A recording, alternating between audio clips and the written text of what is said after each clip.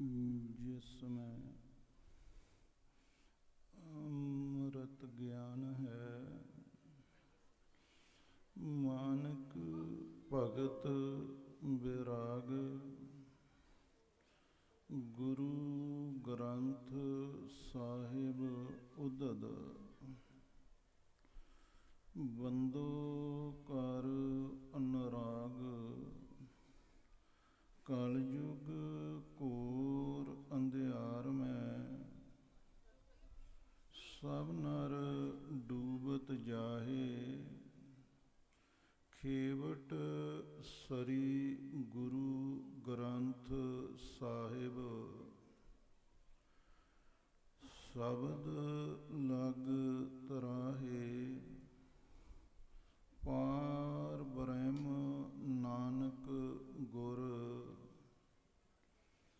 गुरु गोबिंद सिंह आप, सरी गुरु ग्रंथ साहिब जोत को,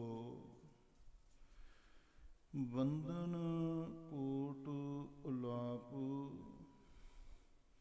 एकंकार सतगुरु, जे प्रसाद सच होए, वाहे गुरु जी की फतेह है, विघन विनाशन सोए, सो गुरु की संगत जियो, सतगुरु महाराज जियां दा पावन पवित्र अमृत दरबार, गुरु पातशाह जियां दी पावन पवित्र आत्मक छतर छाया हेठ बैठ के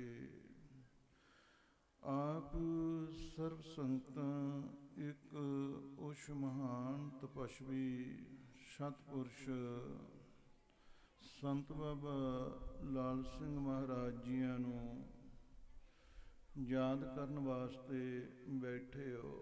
कई दफा राजे याद दे उत्ते बोली दा है कि याद करना बहुत मुश्किल है। असल च तां जिंदगी ही याद है, पर याद करना बहुत कठिन गल है। कठिन तां है कि उन्हां नूं असीं तां याद कर सकदे हां कि जिस याद विच रात ते दिन उन्हां दी सुरत रहिंदी सी। जिस अकाल पुरख दी याद विच रात ते दिन उन्हां दी सुरत रहिंदी सी, अगर किते घड़ी साडी सुरत उस याद विच लगे तां फिर उन्हां नूं असीं इस करके उतों तक राजे जिहड़ा जाना है, इहदे वास्ते नहीं कि किसी मेहनत दी, ये केवल ते केवल एक सतगुरां दी किरपा दी लोड़ है। जे वो किरपा कर दिंदे ने, मेहर कर दिंदे ने, ते आपां छिन विच भी जा सकदे, नहीं सारी जिंदगी भी लंघ सकदी है। इस करके प्यार नाल महापुरखों ने पहले बहुत सुंदर कीर्तन किया। आप जी ने घंटा पर सरमों उस तो पहले भी कीर्तन हो रहा सी। मैं जिस तरह दे नाल कल भी बोले से उत्थे डिफेंस कॉलोनी तिबड़ी, तां राजे जिस तरह दे नाल अज दरअसल दे विच प्रधान लोग हुंदे ने कि उत्थे दी प्रधानगी ते उत्थे दी प्रधानगी। ਆਪਾਂ देखना कि कलयुग ਦੇ ਵਿੱਚ ਪ੍ਰਧਾਨਗੀ ਕੀ ਚੀਜ਼ ਹੈ, ਤੇ ਸਤਿਗੁਰਾਂ ਨੇ ਬਾਣੀ ਦੇ ਵਿੱਚ ਲਿਖਿਆ ਹੈ ਕਿ ਕਲਯੁਗ में कीर्तन प्रधाना।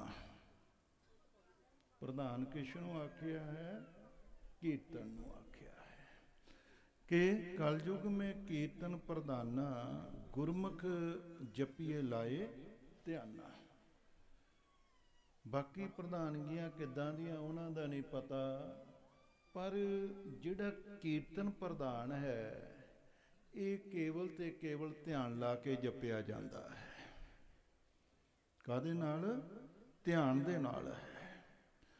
जिहड़ा ध्यान शब्द है ना, जिस वेले कोई गुरमुख प्यारे साधु संत ਸਮਾਧੀਆਂ ਵੱਲ ਨੂੰ ਤੁਰਦੇ ਨੇ ਲਾਉਣ ਵਾਸਤੇ, ਤੇ ਉਸ ਵੇਲੇ ਇਹ ਉਸ ਯੋਗ ਦਾ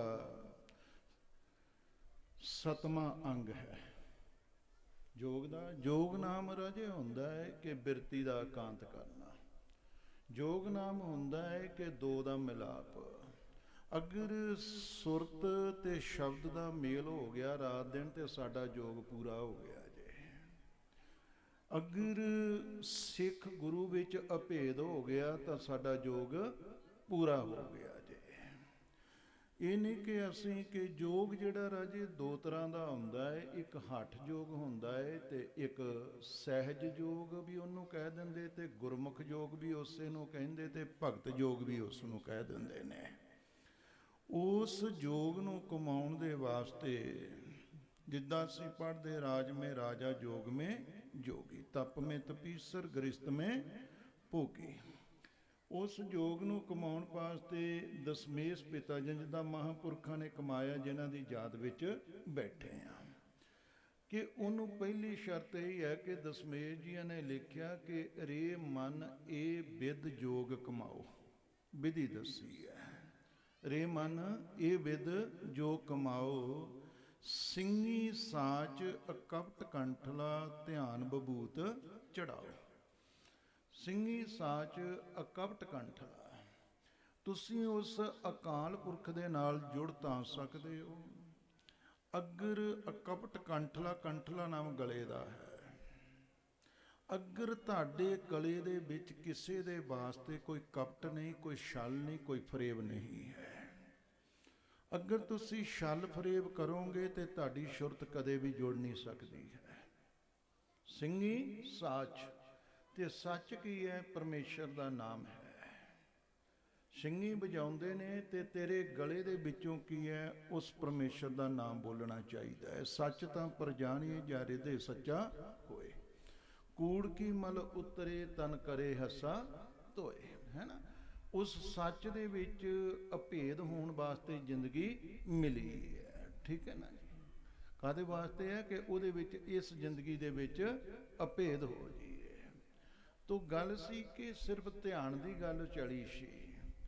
ਤਿੰਨ ਦਾ ਜਿੰਨਾ ਚਿਰ ਰਾਜੇ ਮਿਲਾਪ ਨਹੀਂ ਹੁੰਦਾ ਤੇ ਉਨਾ ਚਿਰ ਨਾਮ ਨਹੀਂ ਜਪਿਆ ਜਾਂਦਾ ਜੇ। ਧਿਆਤਾ, ਧਿਆਨ ਤੇ ਤੇ, ਜਿੰਨਾ ਚਿਰ ਤੋਂ ਇਹ ਤਿੰਨ ਜਾਣੇ ਇਕੱਠੇ ਨਹੀਂ ਹੋਣਗੇ ਤੇ ਉਨਾ ਚਿਰ ਨਾਮ ਨਹੀਂ ਜਪਿਆ ਜਾਂਦਾ ਹੁੰਦਾ। ਧਿਆਤਾ, ਧਿਆਨ ਤੇ ਤੇ, ਗਿਆਤਾ ਗਿਆਨ ਗੇ, ਪ੍ਰਮਾਤਾ ਪ੍ਰਮਾਣ ਪ੍ਰਮੇਹ। ਧਿਆਤਾ ਕੀ ਚੀਜ਼ ਹੈ? ਜਿੰਨੇ ਆਪ ਜੀ ਸੰਗਤ ਜਿੰਨੀ ਗੁਰੂ ਕੀ ਬੈਠੀ ਹੋ, ਇਹ ਸਭ ਧਿਆਤੇ ਬੈਠੇ ਨੇ, ਧਿਆਉਣ ਵਾਸਤੇ ਬੈਠੇ ਹੋ। ਨੰਬਰ 1 ਗੱਲ ਕਿ ਧਿਆਤੇ ਬੈਠੇ ਹੋ। ਦੂਸਰਾ ਹੁੰਦਾ ਰਾਜੇ ਧਿਆਨ, ਕਿ ਜਿਸ ਦਾ ਤੁਸੀਂ ਧਿਆਨ ਧਰ ਕੇ ਬਹਿਣਾ ਹੈ ਤੇ ਉਹਨੂੰ ਪਵਿੱਤਰ ਬਾਣੀ ਚ ਪੜ੍ਹ ਲਓ ਕਿ ਗੁਰ ਕੀ ਮੂਰਤ ਮਨ ਮੇਂ ਧਿਆਨ, ਗੁਰ ਕਾ ਸ਼ਬਦ ਮੰਤਰ ਮਨ ਮਾਨ। ਗੁਰੂ ਨਾਨਕ ਪਾਤਸ਼ਾਹ ਦੇ ਪਵਿੱਤਰ ਅੰਮ੍ਰਿਤ ਸਰੂਪ ਦਾ ਧਿਆਨ ਧਰ ਲਓ, ਗੁਰ ਕੀ ਮੂਰਤ, ਹੈ ਨਾ। ਜਿੰਨਾ ਚਿਰ ਤੁਸੀਂ ਕਿਸੇ ਕੱਪੜੇ ਨੂੰ ਕਿਸੇ ਕੀਲੀ ਦੇ ਉੱਤੇ ਟੰਗੋਗੇ ਨਹੀਂ ਤੇ ਉੱਤੇ ਕਰਕੇ 100 ਵਾਰੀ ਛੱਡਦੇ ਹੋ ਤੇ ਉਹਨੇ ਟਿਕਣਾ ਹੀ ਨਹੀਂ ਹੈ। ਇਸੇ ਤਰ੍ਹਾਂ ਦੇ ਨਾਲ ਇਹ ਮਨ ਰੂਪੀ ਕੱਪੜੇ ਨੂੰ ਜਿੰਨਾ ਚਿਰ ਗੁਰੂ ਰੂਪੀ ਕੀਲੀ ਤੇ ਟੰਗੋਗੇ ਨਾ ਤੇ ਇਹ ਟਿਕ ਨਹੀਂ ਸਕਦਾ ਹੈ, ਇਹ ਟਿਕ ਨਹੀਂ ਸਕਦਾ ਹੈ। ਇਸ ਕਰਕੇ ਕੀ ਹੈ? ਦੂਸਰੀ ਵਸਤੂ ਕੀ ਹੈ? ਧਿਆਤੇ ਤੋਂ ਬਾਅਦ ਧਿਆਨ। ਹੁਣ ਇੱਥੋਂ ਤੱਕ ਜਿਸ ਵੇਲੇ ਤੁਸੀਂ ਜਾਓਗੇ ਤੇ ਤੀਜੀ ਵਸਤੂ ਹੈ ਧੇਸ਼। ਧੇ ਰਾਜੇ ਕਹਿ ਦਿੰਦੇ ਨੇ ਸ਼ਬਦ ਨੂੰ, ਕਿ ਜਿਸ ਸ਼ਬਦ ਦਾ ਤੁਸੀਂ ਅਭਿਆਸ ਕਰਨਾ ਹੈ। ਕੀ ਹੈ? ਜਿਸ ਸ਼ਬਦ ਦਾ ਤੁਸੀਂ ਅਭਿਆਸ ਕਰਨਾ ਹੈ, ਉਹਦੇ ਵਾਸਤੇ, ਹੈ ਨਾ ਜੀ। ਹੁਣ ਰਾਜੇ ਬੈਠਣਾ ਹੈ ਤੁਸੀਂ, ਜਾਂ ਇੱਧਰ ਦੇਖੋ ਮਹਾਂਪੁਰਖ ਬੈਠੇ ਨੇ ਤੇ ਸਿਰ ਤਿੰਨ ਜਾਣੇ ਨੇ ਇੱਥੇ। ਤਿੰਨ ਕੌਣ ਨੇ?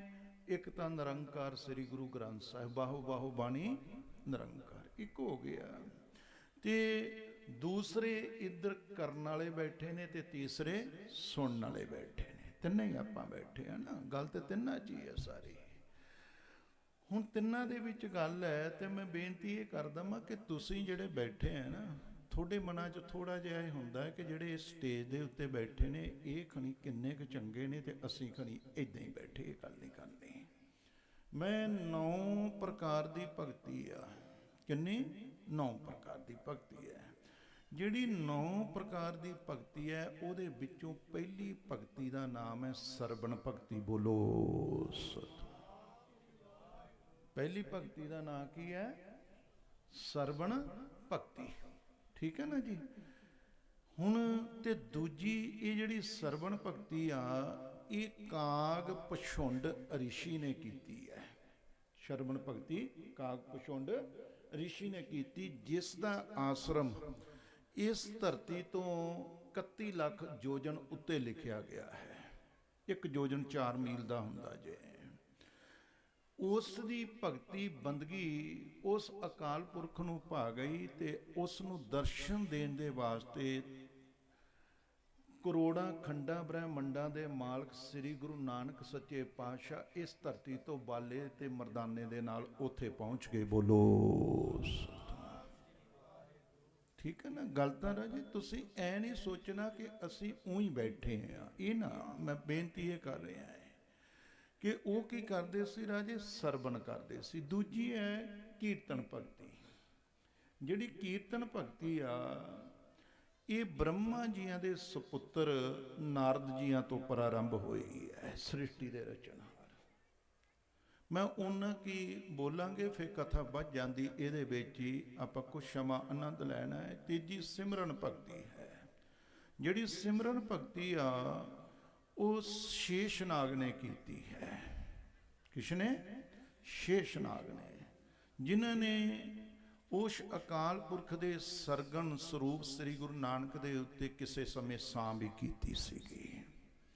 ਉਹਨਾਂ ਦੀ ਭਗਤੀ ਨੂੰ ਦਸਮੇਸ਼ ਜੀਆਂ ਨੇ 10ਵੇਂ ਗ੍ਰੰਥ ਦੇ ਵਿੱਚ ਲਿਖਿਆ ਹੈ ਕਿ ਸ਼ੇਸ਼ਨਾਗ ਸਿਰ ਸਹਿਸ ਬਣਾਈ। ਸ਼ੇਸ਼ਨਾਗ ਦਾ ਰਾਜੇ 1000 ਸਿਰ ਲਿਖਿਆ ਹੈ। ਸ਼ੇਸ਼ਨਾਗ ਦਾ 1000 ਸਿਰ ਲਿਖਿਆ। ਦਵੈ ਸਹੰਸ ਰਸਨਾਉ ਸਹਾਈ, ਤੇ 2000 ਉਹਦੀ ਰਚਨਾ ਹੈ। ਤੁਸੀਂ ਨਾਮ ਜਪਣ ਵਾਲੇ ਬੈਠੇ ਹੋ, ਆਪਣੇ ਆਪਣੇ ਅੰਦਰ ਝਾਤੀ ਮਾਰਿਓ ਕਿ ਸ਼ੇਸ਼ਨਾਗ, ਇਹ 10ਵੇਂ ਗ੍ਰੰਥ ਦਾ ਮੈਂ ਬੋਲ ਰਿਹਾ ਕਿ ਸ਼ੇਸ਼ਨਾਗ ਸਿਰ ਸਹਿਸ ਬਣਾਈ, ਦਵੈ ਸਹੰਸ ਰਸਨਾਉ ਸਹਾਈ, ਤੇ 2000 ਉਹਦੀ ਜੇਬਾ ਲਿਖੀ ਗਈ ਹੈ। ਰਟਤ ਲੱਗੇ ਅਬ ਨਾਮ ਅਪਾਰਾ, ਤਉ ਨ ਤੁਮਰੋ ਪਾਵਤ ਪਾਰਾ। ਉਹ 2000 ਜੇਬਾਂ ਦੇ ਨਾਲ ਰਾਤ ਤੇ ਦਿਨ ਉਸ ਅਕਾਲ ਪੁਰਖ ਦਾ ਨਾਮ ਸਿਮਰਨ ਕਰ ਰਿਹਾ, ਤੇ ਉਹ ਕਹਿ ਰਿਹਾ ਅਜੇ ਤੱਕ ਮੈਂ ਉਹਦਾ ਅੰਤ ਨਹੀਂ ਪਾ ਸਕਿਆ। ਬੋਲੋ ਕੀ ਹੈ ਕਿ ਮੈਂ ਉਹਦਾ ਅੰਤ ਪਈ। ਉਹਨੂੰ ਤਾਂ ਲਿਖਿਆ ਉਦਰ ਭਰਨ ਤਤ ਪਰ ਪਏ, ਹੈ ਨਾ ਜੀ, ਕਿ ਉਦਰ ਭਰਨ ਤਤ ਪਰ ਪਏ ਪਈ, ਥਾਂ ਥਾਂ ਨਾਗ ਅਨੇਕ, ਸਮਰੱਥ ਧਰਨੀ ਧਰਨ ਮੇਂ ਸ਼ੇਸ਼ ਨਾਗ ਹੈ ਏਕ। ਜਿਹੜਾ ਧਰਤੀ ਨੂੰ ਵੀ ਥੰਮਦਾ ਹੀ ਬੈਠਾ ਹੈ। ਗੁਰੂ ਨਾਨਕ ਦੀ ਕਿਰਪਾ। ਮੈਂ ਬੇਨਤੀ ਇਹ ਕਰ ਰਿਹਾ ਹੈ ਰਾਜੇ ਕਿ ਸ਼ੇਸ਼ਨਾਗ ਉਹ 2000 ਜੇਬਾਂ ਨਾਲ ਲੱਗੇ ਹੈ। ਅਸੀਂ 1 ਜੀਬਾ ਦੇ ਨਾਲ ਲਾ ਕੇ ਅਸੀਂ 5 ਬਾਣੀਆਂ ਜਾਂ 7 ਬਾਣੀਆਂ ਪੜ੍ਹ ਕੇ ਕਹਿੰਦੇ ਆ ਕਿ ਮੈਂ ਪਤਾ ਨਹੀਂ ਕੀ ਬਣ ਗਿਆ ਹੈ। ਬੋਲੋ ਮੈਂ ਬੇਨਤੀ ਇਹ ਕਰੇ, ਮਾਣ ਨਾ ਕਰੋ। ਜਿਹੜਾ ਪਾਠ ਕਰਨਾ, ਸਿਮਰਨ ਕਰਨਾ, ਬੰਦਗੀ ਕਰਨੀ ਹੈ, ਸੇਵਾ ਕਰਨੀ ਹੈ, ਉਹ ਕਾਹਦੇ ਵਾਸਤੇ ਕਰਨੀ ਰਾਜੇ? ਉਹਦੀ ਕਿਰਪਾ ਨਾਲ ਅਪਣਤ ਤਿਆਗਣ ਵਾਸਤੇ, ਕਿ ਮੇਰਾ ਆਪਾ ਖਤਮ ਹੋ ਜਾਵੇ, ਮੇਰੀ ਅਪਣਤ ਅੰਦਰੋਂ ਮੁੱਕ ਜਾਵੇ। ਜਿੰਨੀ ਅਪਣਤ, ਜਿਤਨਾ ਆਪਾ ਤੁਹਾਡੇ ਅੰਦਰ ਸਾਧ ਸੰਗਤ ਜੀ ਰਹਿ ਗਿਆ, ਉਹਨਾਂ ਸਮਝ ਲਓ ਤੁਹਾਡੇ ਅੰਦਰ ਦੁੱਖ ਹੈ। ਉਹਨਾਂ ਕੀ ਹੈ? ਦੁੱਖ। ਤੁਹਾਡੀ ਅਪਣਤ ਹੀ ਤੁਹਾਡਾ ਦੁੱਖ ਹੈ, ਤੁਹਾਡਾ ਆਪਾ ਹੀ ਤੁਹਾਡਾ ਦੁੱਖ ਹੈ। ਬਾਣੀ ਪੜ੍ਹਨੀ ਹੈ ਅਪਣਤ ਨੂੰ ਖਤਮ ਕਰਨ ਦੇ ਵਾਸਤੇ। ਜਿੰਨਾ ਚਿਰ ਅਪਣਤ ਖਤਮ ਨਹੀਂ ਹੁੰਦੀ, ਉਨਾ ਚਿਰ ਅਸੀਂ ਉਹਦੇ ਵਿੱਚ ਅਭੇਦ ਨਹੀਂ ਹੋ ਸਕਦੇ। ਉਨਾ ਚਿਰ ਉਹਦੇ ਵਿੱਚ ਅਭੇਦ ਨਹੀਂ ਹੋ ਸਕਦੇ। ਇਸ ਕਰਕੇ ਕਿ ਅਪਣਤ ਸਾਡੀ ਜਿਹੜੀ ਹੈ ਉਹ ਖਤਮ ਹੋਵੇ। है ना जी। ਆਪਾਂ ਹੁਣ ਦੇਖੋ ਰਾਜੇ ਬੋਲੇ ਆ ਕਿ ਭਗਤੀ ਅੱਗੇ ਜੇ ਜ਼ਿਆਦਾ ਜਾਵਾਂਗੇ ਫਿਰ ਇਹਨਾਂ ਨੂੰ ਬੋਲਦੇ ਟਾਈਮ ਲੱਗ ਜਾਣਾ ਜਿੰਨੀ ਲੋੜ ਹੈ। ਇੱਕ ਸਰਵਣ ਭਗਤੀ ਤੇ ਦੂਸਰੀ ਕੀਰਤਨ ਭਗਤੀ, ਇੱਥੇ ਦੋਵਾਂ ਦਾ ਚੱਲਣ ਡਿਆ ਹੈ। ਇੱਕ ਕਰਨ ਵਾਲੇ ਬੈਠੇ ਨੇ ਤੇ ਦੂਸਰੇ ਸੁਣਨ ਵਾਲੇ ਬੈਠੇ। ਮੈਂ ਪਹਿਲੀ ਬੇਨਤੀ ਤੁਹਾਨੂੰ ਕਥਾ ਕਰਨ ਤੋਂ ਜਿਹੜੀ ਵੀ ਕਰਾਉਣੀ ਮਾਲਕ ਨੇ ਉਹ ਕਰਾ ਦੇਣੀ ਹੈ। ਬੇਨਤੀ ਇਹ ਤੁਹਾਨੂੰ ਕਰ ਰਿਹਾ ਕਿ ਜਦੋਂ ਤੁਹਾਨੂੰ ਇਹ ਪਤਾ ਲੱਗ ਗਿਆ ਕਿ ਸਰਵਣ ਇੱਕ ਭਗਤੀ ਹੈ ਤੇ ਪਹਿਲੇ ਇਹ ਸੋਚ ਕੇ ਬੈਠੋ ਕਿ ਭਗਤੀ 'ਚ ਬੈਠੀ ਦਾ ਕਿੱਦਾਂ ਹੈ। ਬੋਲੋ ਜਿਹੜਾ ਰਾਜੇ ਤੁਸੀਂ ਕਹਿੰਦੇ ਨਾ ਕਿ ਸਾਨੂੰ ਆਨੰਦ ਨਹੀਂ ਆਉਂਦਾ, ਅਜੇ ਸਾਨੂੰ ਬੈਠਣ ਦੇ ਤਰੀਕੇ ਦਾ ਨਹੀਂ ਪਤਾ ਹੈ। ਅਜੇ ਜਿਸ ਵੇਲੇ ਤੁਸੀਂ ਉਹਦਾ ਧਿਆਨ ਧਰ ਕੇ ਤੇ ਕੇਵਲ ਭਾਵੇਂ ਨੇਤਰ ਆਪਣੇ ਬੰਦ ਕਰ ਲਓ, ਕੋਈ ਲੋੜ ਨਹੀਂ ਖੋਲ੍ਹਣ ਦੀ। ਇਸ ਵੇਲੇ ਜਿਹੜੀ ਤੁਹਾਡੇ ਅੰਦਰ ਖੁਰਾਕ ਜਾਣੀ ਹੈ ਉਹ ਤੁਹਾਡੇ ਕੰਨਾਂ ਥਾਣੀ ਜਾਣੀ ਜੇ। ਕਿੱਥੋਂ ਦੀ ਜਾਣੀ ਜੇ? ਕੰਨਾਂ ਥਾਣੀ ਜਾਣੀ ਜੇ। ਉਹਨਾਂ ਨੂੰ ਰੋਜ਼ ਤੁਸੀਂ ਸ੍ਰੀ ਆਨੰਦ ਸਾਹਿਬ ਦੇ ਵਿੱਚ ਪੜ੍ਹਦੇ ਹੋ ਪੌੜੀ ਨੂੰ ਕਿ ਇਹ ਸਰਵਣ ਹੋ ਮੇਰਿਓ ਸਾਚਾ ਸੁਣਨਾ ਨੌ ਪਠਾਏ, ਸਾਚਾ ਸੁਣਨੇ ਨੌ ਪਠਾਏ, ਸਰੀਰ ਲਾਏ ਸੁਣੋ ਸਤ ਬਾਣੀ। ਹੈ ਨਾ ਜੀ, ਲੱਗੇ ਬਾਣੀ ਸੁਣੋ ਤੇ ਉਹਨੇ ਅਸਰ ਕਿੱਥੇ ਕਰਨਾ ਹੈ। ਦੇਖੋ ਹੁਣ ਚੱਲ ਕੀ ਰਿਹਾ ਹੈ ਕਿ ਨਾਮ ਚੱਲ ਰਿਹਾ ਹੈ ਨਾ, ਤੇ ਇੱਕ ਸਰਵਣ ਕਰਨ ਵਾਲੇ ਹੈ। ਤੁਸੀਂ ਜਿਹੜੀ ਚੀਜ਼ ਦਾ ਇਹ ਸੰਸਾਰ ਦੇ ਵਿੱਚ ਅੱਜ ਰੌਲਾ ਪੈ ਰਿਹਾ, ਮੈਂ ਅੱਧਾ ਮਿੰਟ ਉਹਦੇ ਤੇ ਬੋਲ ਦਿੰਦਾ ਹੈ ਕਿ ਕਾਹਦਾ ਰੌਲਾ ਪੈ ਰਿਹਾ ਹੈ। ਬੋਲੋ ਦੇਹ ਦਾ ਰੌਲਾ ਪਾ ਰਿਹਾ। ਬੋਲੋ ਸੁਣ ਲਿਓ, ਕਿਉਂਕਿ ਰੌਲਾ ਪਾਉਣ ਵਾਲਿਆਂ ਨੂੰ ਵੀ ਪਤਾ ਨਹੀਂ ਹੈ ਕੀ ਹੈ, ਪਤਾ ਕੀ ਹੈ। ਦੇਹਧਾਰੀ ਕਹਿ ਦਿੰਦੇ ਆ, ਚਲੋ ਦੇਹ ਦੀ ਤਾਂ ਲੋੜ ਹੈ ਹੀ ਹੈ। ਜੇ ਦੇਹਾਂ ਨਾ ਇੱਥੇ ਹੁੰਦੀਆਂ ਤਾਂ ਸੁਣਾਉਣਾ ਕਿਹਨੂੰ ਸੀ। ਪਹਿਲੀ ਗੱਲ ਤਾਂ ਇਹ ਮੈਂ ਬੋਲ ਦਿੰਦਾ, ਮਹਾਂਪੁਰਖਾਂ ਦੀ ਤੁਸੀਂ ਜੇ ਆਹ ਦੇਹਾਂ ਨਾ ਹੁੰਦੀਆਂ ਤੇ ਤੁਸੀਂ ਇੱਥੇ ਬੋਲੋ ਸਰਵਣ ਕਿਹਨੂੰ ਕਰਾਉਣਾ ਹੈ, ਮੈਨੂੰ ਦੱਸੋ। ਫਿਰ ਤਾਂ ਕੋਈ ਗੱਲ ਨਹੀਂ।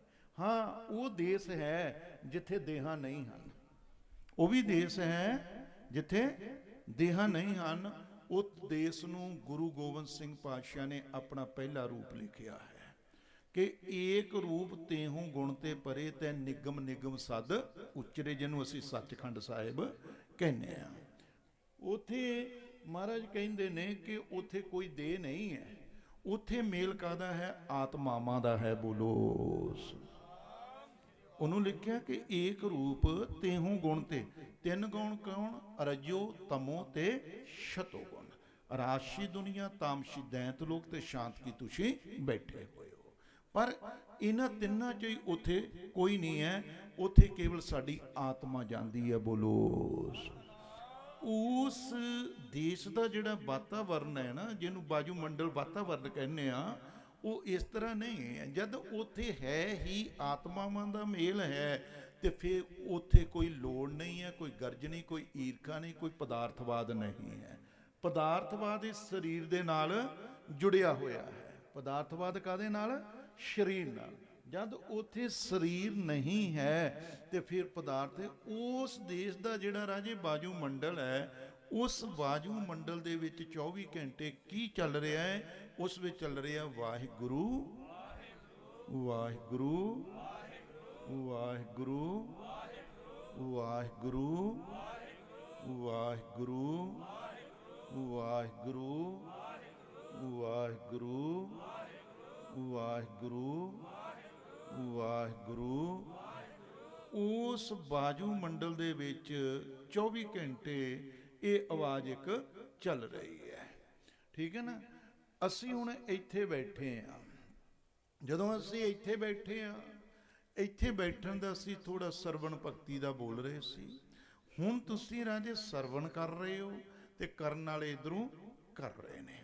ਜਿਹੜੀ ਵਿੱਚ ਦੋਨਾਂ ਦੇ ਵਸਤੂ ਚੱਲ ਰਹੀ ਹੈ, ਉਹ ਚੱਲ ਰਿਹਾ ਗੁਰੂ ਦਾ ਸ਼ਬਦ।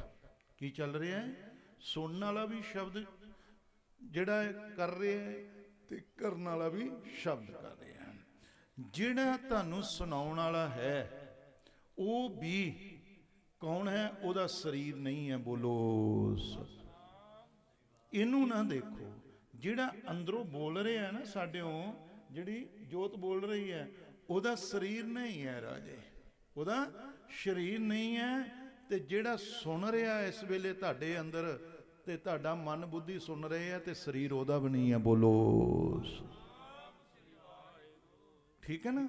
ਤੇ ਜੋ ਤੁਹਾਡੇ ਅੰਦਰ ਇਸ ਵੇਲੇ ਜਾ ਰਿਹਾ ਹੈ ਨਾ, ਤੇ ਉਹ ਤੁਹਾਨੂੰ ਜਾ ਤੁਹਾਡੇ ਅੰਦਰਾਂ 'ਚ ਜਾ ਰਿਹਾ, ਤੇ ਤੁਹਾਡਾ ਮਨ ਇਸ ਵੇਲੇ ਸ਼ਾਂਤ ਹੋਣ ਡਿਆ। ਤੇ ਇੰਨੇ ਜਾਣੇ ਮੈਨੂੰ ਦੱਸੋ ਬੈਠੇ ਹੋਏ ਕਿ ਇੰਨਿਆਂ ਦੇ ਵਿੱਚੋਂ ਕਿਹਦੇ ਨੇਤਰ ਹੈ ਕਿ ਜਿਹੜੇ ਉਹਨੂੰ ਜਾਂਦੇ ਨੂੰ ਦੇਖ ਰਹੇ ਆ ਕਿ ਮੇਰੇ ਕੰਨਾਂ 'ਚ ਵੜ ਰਹੇ ਆ? ਬੋਲੋ, ਕੋਈ ਵੀ ਦੱਸੋ ਕਿ ਮੈਂ ਜੀ ਦੇਖ ਰਿਹਾ, ਇਹ ਮੈਨੂੰ ਨਜ਼ਰ ਆ ਰਿਹਾ ਹੈ ਨਾ ਜੀ।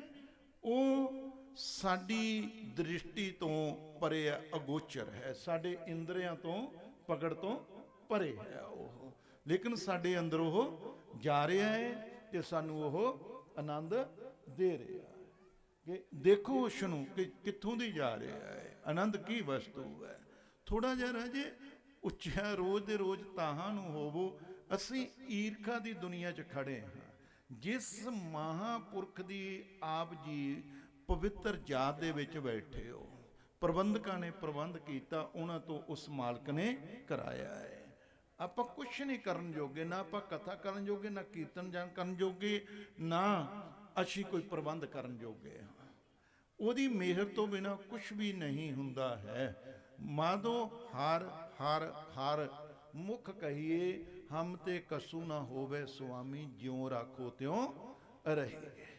ਕਿਆ ਕਿਸ ਕਰੇ ਕਿ ਕਰਨੇ ਹਾਰਾ। ਕਹਿੰਦੇ ਕਰਨਹਾਰ ਨਹੀਂ ਹੈ, ਇਹ ਕੀ ਕਰੂ? ਕਰਨਹਾਰੋਂ ਮਾਲਕ ਹੈ। ਬੋਲੋ, ਅਸੀਂ ਕਰਨਹਾਰ ਨਹੀਂ ਹੈ, ਕਰਨਹਾਰ ਉਹ ਹੈ। ਕਿਆ ਕਿਛ ਕਰੈ ਕਿ ਕਰਨੇ ਹਾਰਾ, ਕਿਆ ਇਸ ਹਾਥ ਵਿਚਾਰੇ, ਜਿਤ ਤੁਮ ਲਾਵੋ ਤਿਤ ਹੀ ਲਾਗੇ, ਪੂਰਨ ਖਸਮ ਹਮਾਰੇ। ਕਰਹੁ ਕਿਰਪਾ ਸਰਬ ਕੇ ਦਾਤੇ, ਏਕ ਰੂਪ ਲਿਵ ਲਾਵੋ। ਬੇਨਤੀ ਇਹ ਕਰੋ ਕਿ ਇਹ ਸਾਰੀ ਸ੍ਰਿਸ਼ਟੀ ਕਰੋੜਾਂ ਖੰਡਾਂ ਤੇ ਬ੍ਰਹਿਮੰਡਾਂ ਨੂੰ ਸ਼ਾਂਤੀ ਦੇਣ ਵਾਲੇ ਦਾਤਾ ਜੀ, ਮੇਰੇ ਗਰੀਬ ਦੇ ਉੱਤੇ ਵੀ ਥੋੜੀ ਜੀ ਮਿਹਰ ਕਰ ਦਵੋ। ਤੇ ਕੀ ਮਿਹਰ ਕਰ ਦਵੋ? ਕਿ ਮੇਰੀ ਇਹ ਸੰਸਾਰ ਦੇ ਸਾਰੇ ਰੂਪਾਂ ਵੱਲੋਂ ਮੇਰੀ ਦ੍ਰਿਸ਼ਟੀ ਚੁੱਕ ਕੇ ਤੇ ਇੱਕ ਗੁਰੂ ਨਾਨਕ ਦੇ ਰੂਪ ਨਾਲ ਲਾ ਦਿਓ। ਕਰੋ ਕਿਰਪਾ ਸਰਬ ਕੇ ਦਾਤੇ, ਏਕ ਰੂਪ ਲਿਵ ਲਾਵੋ। ਹੈ ਨਾ, ਉਹਦਾ ਕਾਰਨ ਕੀ ਲਾਉਣ ਦਾ? ਉਹਦਾ ਕਾਰਨ ਇਹ ਆ ਕਿ ਤੁਸੀਂ ਆਪਣੇ ਨੇਤਰ ਲੱਖਾਂ ਦੁਨੀਆ ਦੇ ਨਾਲ ਤੇ ਆਪਣੇ ਬੋਲ ਤੇ ਆਪਣਾ ਮਨ ਲੱਖਾਂ ਦੁਨੀਆ ਨਾਲ ਲਾ ਲਿਓ, ਤੇ ਤੁਸੀਂ ਉਸ ਅਕਾਲ ਪੁਰਖ ਤੋਂ ਲੱਖਾਂ ਦੂਰ ਚਲੇ ਜਾਓਗੇ, ਉਹਦੇ ਆਨੰਦ ਤੋਂ। ਅਗਰ ਤੁਸੀਂ ਇਸ ਲੱਖਾਂ ਦੁਨੀਆ ਨੂੰ ਛੱਡ ਕੇ ਤੇ ਇੱਕ ਗੁਰੂ ਨਾਨਕ ਦੇ ਨਾਲ ਆਪਣੀ ਲਿਵ ਲਾ ਲਵੋਗੇ, ਤੇ ਤੁਸੀਂ ਬਿਲਕੁਲ ਆਨੰਦ ਨਾਲ ਭਰਪੂਰ ਹੋ ਜਾਣਾ ਹੈ। ਲੱਖਾਂ ਦੁਨੀਆ ਦੇ ਲੋਕ ਤੇਰੇ ਆਨੰਦ ਨੂੰ ਤੋੜਨ ਵਾਲੇ ਹਨ, ਤੇ ਇੱਕ ਉਹ ਦਾਤਾ ਹੈ ਜਿਹੜਾ ਤੇਰੇ ਅੰਦਰ ਕੇਵਲ ਆਨੰਦ ਭਰਨ ਵਾਲਾ ਹੈ। ਗੱਲਾਂ ਕਰੋ ਦੁਨੀਆ ਨਾਲ, ਤੁਹਾਨੂੰ ਆਪੇ ਹੀ ਮੇਰੇ ਕਹਿਣ ਦੀ ਲੋੜ ਨਹੀਂ। ਸਭ ਆਪ ਸਿਆਣੇ ਹੋ, ਤੁਸੀਂ ਦੁਨੀਆ ਨਾਲ ਗੱਲਾਂ ਕਰਕੇ ਦੇਖ ਲਵੋ ਕਿ ਤੁਹਾਡੇ ਅੰਦਰ ਰੱਬੀ ਆਨੰਦ ਹੈ ਜਾਂ ਨਹੀਂ। ਨਹੀਂ ਆਵਾਜ਼ ਆ ਜਾਣੀ ਹੈ। ਅਗਰ ਤੁਸੀਂ ਇਹਨਾਂ ਕਿਉਂਕਿ ਆਨੰਦ ਉਦੋਂ ਹੀ ਆਉਣਾ ਹੈ ਕਿ ਜਦੋਂ ਤੁਸੀਂ ਸਾਰਿਆਂ ਨੂੰ ਛੱਡ ਕੇ ਤੇ ਗੁਰੂ ਨਾਨਕ ਦਾ ਧਿਆਨ ਧਰ ਕੇ ਤੇ ਕੋਈ ਘੰਟਾ ਬੈਠੋਗੇ। ਬੋਲੋ, ਜੇ ਤੂੰ ਬੈਠੋ ਤਾਂ ਫੇਰ ਹੀ ਤਾਂ ਆਨੰਦ ਆਉਣਾ। ਕਿਉਂ? ਆਨੰਦ ਵਸਤੂ ਉਹ ਸਤਿਗੁਰਾਂ ਦੀ ਹੈ ਕਿ ਆਨੰਦ ਆਨੰਦ ਸਭ ਕੋ ਕਹੇ, ਆਨੰਦ ਗੁਰੂ ਤੇ ਜਾਣਿਆ। ਜਾਣਿਆ ਆਨੰਦ ਸਦਾ ਗੁਰ ਤੇ ਕਿਰਪਾ ਕਰੇ, ਪਿਆਰਿਆ ਕਰ ਕਿਰਪਾ ਕਿਲਵੇ ਕੱਟੇ, ਗਿਆਨ ਅੰਜਨ ਸਾਰਿਆ, ਅੰਦਰੋਂ ਜਿਨ ਕਾ ਮੋਹ ਟੁੱਟਾ, ਤਿਨ ਕਾ ਸ਼ਬਦ ਸੱਚੇ ਸਵਾਰਿਆ। ਕਹੇ ਨਾਨਕ ਇਹੋ ਆਨੰਦ ਹੈ, ਆਨੰਦ ਗੁਰੂ ਤੇ ਜਾਣਿਆ।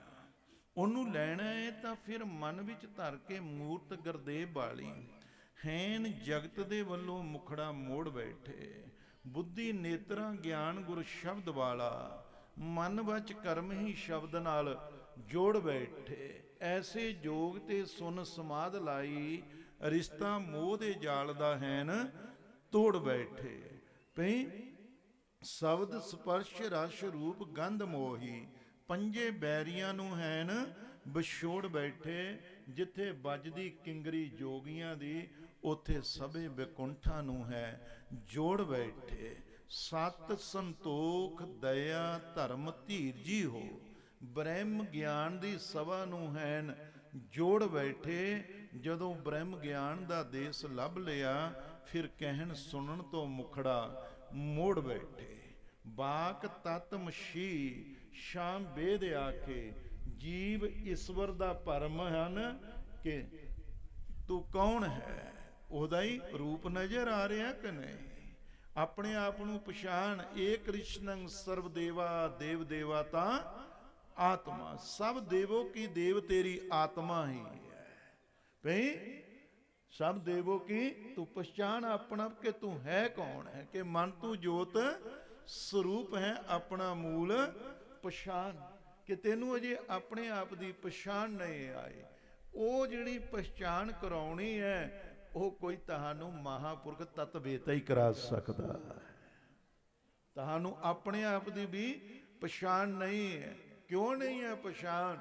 ਕਿ ਤਾਂ ਨਹੀਂ ਹੈ ਪਛਾਣ ਕਿ ਤੁਸੀਂ ਇੰਨੇ ਜਾਣੇ ਗੁਰੂ ਕੀ ਸੰਗਤ ਬੈਠੇ ਹੋ ਕਿ ਤੁਸੀਂ ਇੰਨਿਆਂ ਚੋਂ ਇੱਕ ਜਾਣਾ ਵੀ ਇਹ ਗੱਲ ਦੱਸ ਦਿਓ ਕਿ ਤੁਹਾਡੇ ਵਿੱਚੋਂ ਪਿਛਲੇ ਜਨਮ 'ਚ ਕੌਣ ਕਿੱਥੇ ਸੀ। ਬੋਲੋ। ਮੈਂ ਪਛਾਣ ਦੀ ਗੱਲ ਬੋਲ ਰਿਹਾ ਕਿ ਇੰਨੇ ਜਾਣੀ ਸੰਗਤ ਬੈਠੇ ਹੋ, ਇੰਨਿਆਂ ਚੋਂ ਕੋਈ ਬੰਦਾ ਐ ਦੱਸੇ ਕਿ ਮੈਂ ਪਿਛਲੇ ਜਨਮ 'ਚ ਜੀ ਕਿੱਥੇ ਸੀ। ਪਰ ਤੁਹਾਨੂੰ ਆਪਣੇ ਆਪ ਦਾ ਨਹੀਂ ਪਤਾ ਤੇ ਬਾਬਾ ਲਾਲ ਸਿੰਘ ਇਕੱਲੇ ਹੀ ਤੁਹਾਡਾ ਸਾਰਾ ਦੱਸ ਸਕਦੇ ਸੀ। ਬੋਲੋ।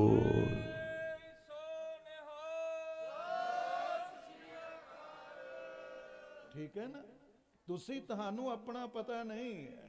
ਸੰਤ ਜਵਾਲਾ ਸਿੰਘ ਵਰਗੇ ਮਹਾਂਪੁਰਖ, ਬਾਬਾ ਬੁੱਢਾ ਜੀਆਂ ਵਰਗੇ ਮਹਾਂਪੁਰਖ, ਇਹਨਾਂ ਨੂੰ ਤਾਂ ਲਿਖਿਆ ਹੈ ਕਿ ਰਾਜੇ ਓੰਗ ਸੋਹੰਗ ਏਕੋ ਹੋਆ। ਓੰਗ ਸੋਹੰਗ ਏਕੋ ਹੋਆ। ਤ੍ਰਿਭਵਨ ਅੱਖਾਂ ਮਿਟਣ ਸਿਖਰ ਦੁਪਹਿਰਾ ਪੂਰਨ ਜੋਗੀ। ਤਿੰਨ ਲੋਕ ਪਏ ਦਿਸਣ।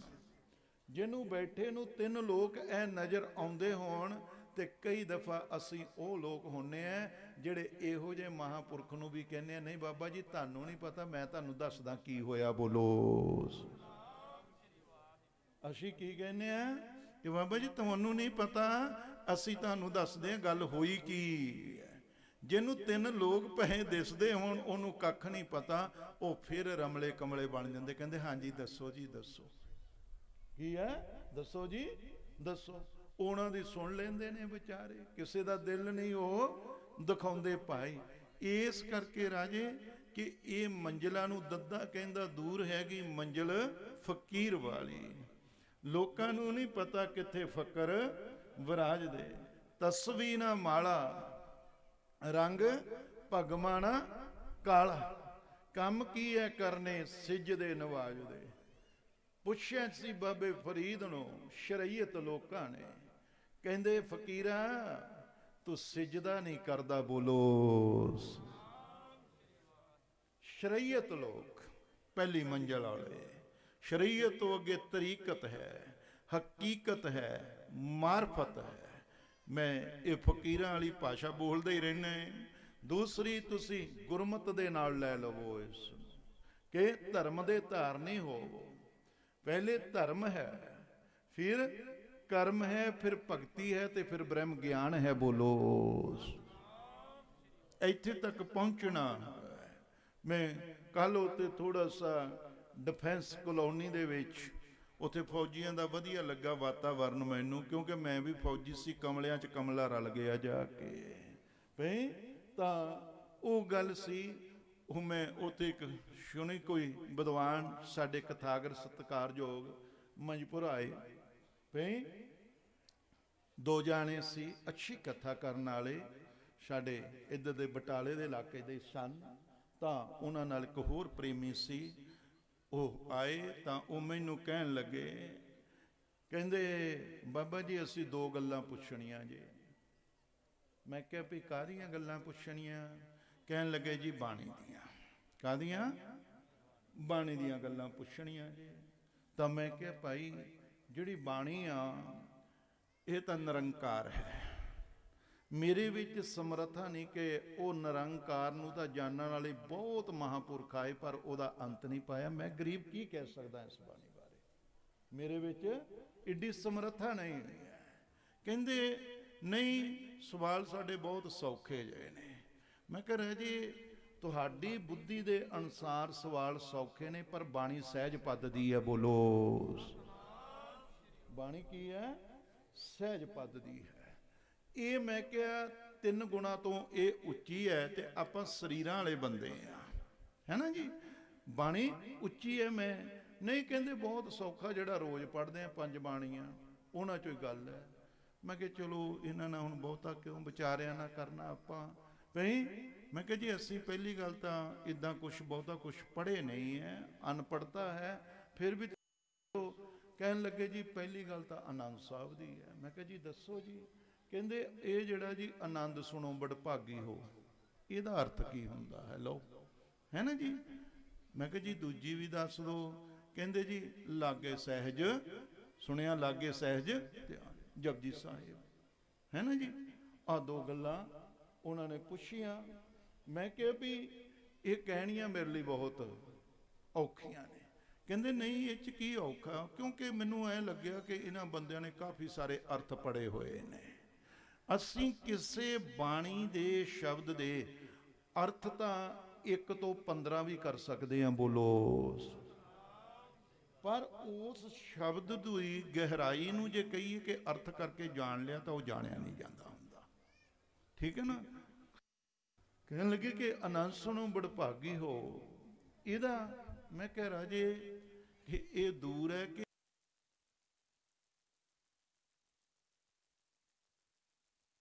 ਉਹਦੀ ਬੰਦਗੀ ਦੀ ਕਰਤੇ ਦੀ ਹੈਸੀਅਤ ਖਤਮ ਹੋ ਜਾਂਦੀ ਆ ਕਿ ਇੱਥੋਂ ਤੱਕ ਮੈਂ ਕਰਨਾ ਸੀ ਤੇ ਉਹ ਤੋਂ ਅੱਗੇ ਫਿਰ ਸੁਣਨ ਦੀ ਅਵਸਥਾ ਹੁੰਦੀ ਹੈ, ਬੋਲੋ। ਜਿੱਥੇ ਕਰਨਹਾਰ ਦੀ ਹੈਸੀਅਤ ਖਤਮ ਹੋ ਜਾਂਦੀ ਹੈ ਨਾ, ਤਾਂ ਉੱਥੇ ਕੀ ਹੈ, ਸੁਣਨ ਵਾਲੀ ਸਟੇਜ ਸ਼ੁਰੂ ਹੁੰਦੀ ਹੈ। ਉਹ ਕਹਿੰਦੇ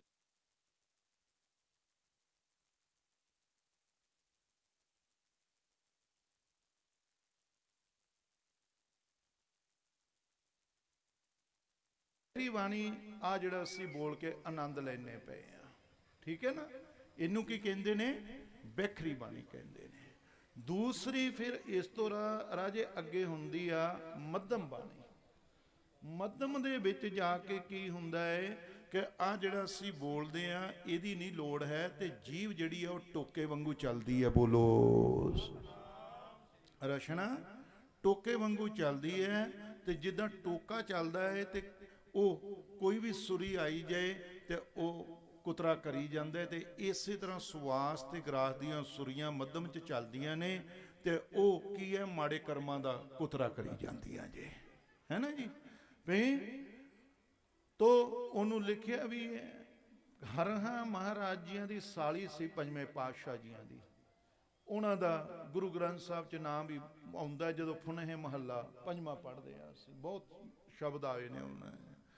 ਤਾਂ ਉਹਨੇ ਬੇਨਤੀ ਕੀਤੀ ਸੀ 5ਵੇਂ ਪਾਤਸ਼ਾਹ ਨੂੰ ਨਿਰੰਕਾਰ ਜਾਣ ਕੇ। ਪਹਿਲੇ ਕੁਝ ਹੋਰ ਨੇਤਰ ਸੀ ਕਿ ਸਾਡੇ ਜੀਜਾ ਜੀ ਲੱਗਦੇ ਨੇ, ਪਰ ਜਦੋਂ ਗੁਰਾਂ ਦੀ ਕਿਰਪਾ ਹੋਈ ਤਾਂ ਰੱਬ ਨਜ਼ਰ ਆ ਗਿਆ ਤੇ ਬੇਨਤੀ ਕੀਤੀ ਕਿ ਧਾਵੋ ਦਸ਼ਾ ਅਨੇਕ ਪ੍ਰੇਮ ਪ੍ਰਭ ਘਰ ਨੇ, ਕਿ ਮੈਂ ਬਹੁਤ ਰਾਤ ਦਿਨ ਤੁਰੀ ਫਿਰਦੀ ਆ ਕਿ ਕਿਤੇ ਮੈਂ ਉਸ ਦੇ ਪ੍ਰੇਮ ਦੇ ਵਿੱਚ ਤੇ ਮੇਰਾ ਪ੍ਰੇਮ ਉਹਨੂੰ ਭਾ ਜਾਵੇ। ਧਾਵੋ ਦਸ਼ਾ ਅਨੇਕ ਪ੍ਰੇਮ ਪ੍ਰਭ ਘਰ ਨੇ, ਪਰ ਮੇਰੇ ਸਤਿਗੁਰ ਜੀ 5 ਸਤਾਵੇ ਦੂਤ ਕਵਣ ਬਿਦ ਮਾਰਨੇ। ਬੇਨਤੀ ਕੀਤੀ ਕਿ 5 ਮੈਨੂੰ ਤੰਗ ਕਰਦੇ ਨੇ ਤੇ ਇਹਨਾਂ ਨੂੰ ਮਾਰਨਾ ਕਿਵੇਂ ਹੈ? 5 ਸਤਾਵੇ ਦੂਤ ਕਵਣ ਬਿਦ ਮਾਰਨੇ। ਤੇ ਗੁਰੂ ਪਾਤਸ਼ਾਹ ਜੀਆਂ ਨੇ ਦੋਹਾਂ ਪੰਕਤੀਆਂ 'ਚ ਉੱਤਰ, ਦੋਹਾਂ 'ਚ ਹੀ ਉਹਨੇ ਸਵਾਲ ਕੀਤਾ ਤੇ ਦੋਹਾਂ 'ਚ ਅੱਗੇ ਗੁਰੂ ਮਹਾਰਾਜ ਜੀ ਉੱਤਰਦੇ ਨੇ। ਭਈ ਹੁਣ ਕਹਿੰਦੇ ਤੀਖਣ ਬਾਣ ਚਲਾਏ ਨਾਮ ਪ੍ਰਭ ਧਿਆਈਏ। ਤਿੱਖੇ ਹੁੰਦੇ ਨੇ ਜਦਾਨੀਆਂ ਵਾਲੇ, ਆਖੇ ਤੀਰ, ਕਹਿੰਦੇ ਤੀਖਣ ਬਾਣ ਚਲਾਏ। ਤਿੱਖਾ ਬਾਣ ਕੀ ਹੈ ਕਿ ਜਿਹੜਾ ਸਵਾਸ ਤੇ ਗਰਾਸ ਨਾ ਕਹਿਣਾ ਵਾਹਿਗੁਰੂ ਵਾਹਿਗੁਰੂ। ਜਿਸ ਸਵਾਸ ਤੇ ਗਰਾਸ ਨਾਲ ਤੁਸੀਂ ਵਾਹਿਗੁਰੂ ਕਹਿ ਦਿੱਤਾ ਹੈ, ਉਹਦੇ ਉੱਤੇ ਇਹਨਾਂ ਪੰਚਾਂ ਦਾ ਜ਼ੋਰ ਨਹੀਂ ਚਲਿਆ, ਤਾਂ ਹੀ ਕਿਹਾ ਹੈ। ਇਹਨਾਂ ਦਾ ਜੇ ਜ਼ੋਰ ਚੱਲ ਜਾਂਦਾ ਉਹਨਾਂ ਨੇ ਕਹਿਣ ਨਹੀਂ ਸੀ ਦੇਣਾ ਤੁਹਾਨੂੰ, ਠੀਕ ਹੈ ਨਾ। ਤੀਖਣ ਬਾਣ ਚਲਾਏ ਨਾਮ ਪ੍ਰਭ ਧਿਆਈਏ। ਹਰ ਹਾਂ ਉਹਦਾ ਨਾਂ ਆਇਆ ਹੈ ਬਾਣੀ 'ਚ। ਹਰ ਹਾਂ ਮਹਾ ਬਖਾਦੀ ਘਾਤ, ਇਹਨਾਂ ਦਾ ਘਾਤਮਾ ਕਰਨਾ ਤੇ ਪੂਰਨ ਗੁਰ ਪਾਈ ਹੈ। ਕਿ ਇਹ ਪੂਰਨ ਗੁਰਾਂ ਤੋਂ ਬਿਨਾਂ ਇਹ ਗੱਲ ਨਹੀਂ ਬਣਨੀ। ਇਹ ਤੀਰ ਉਹਨਾਂ ਦੇ ਹੀ ਨੇ ਪਾਈ, ਠੀਕ ਹੈ ਨਾ ਜੀ। ਕਿ ਇਹ ਤੀਰ ਕੀ ਹੈ, ਉਹਨਾਂ ਦੇ ਨੇ, ਇਹ ਇਹਨਾਂ ਦੇ ਮਾਰਨੇ ਪੈਂਦੇ ਨੇ। ਫਿਰ ਇਹਨਾਂ ਦਾ ਉਹ ਸੀ ਰਾਜੇ ਕਿ ਬੈਖਰੀ ਤੋਂ ਬਾਅਦ ਮੱਧਮ। मैं महापुरखों की स्टेज जिन्हां दी जात च बैठे हो, वो कित्थे बैठे होंदे सी? आपां बैठे जरूर हाँ, पर उत्थे बैठो जाके ना, फिर आनंद का पता लगना है कि इस शब्द का आनंद है किन्ना है। तीसरी रांझे हुंदी फिर प्रसंची बाणी। मैं नाल बाणी चो एक उदाहरण वांगू ही दे देना है कि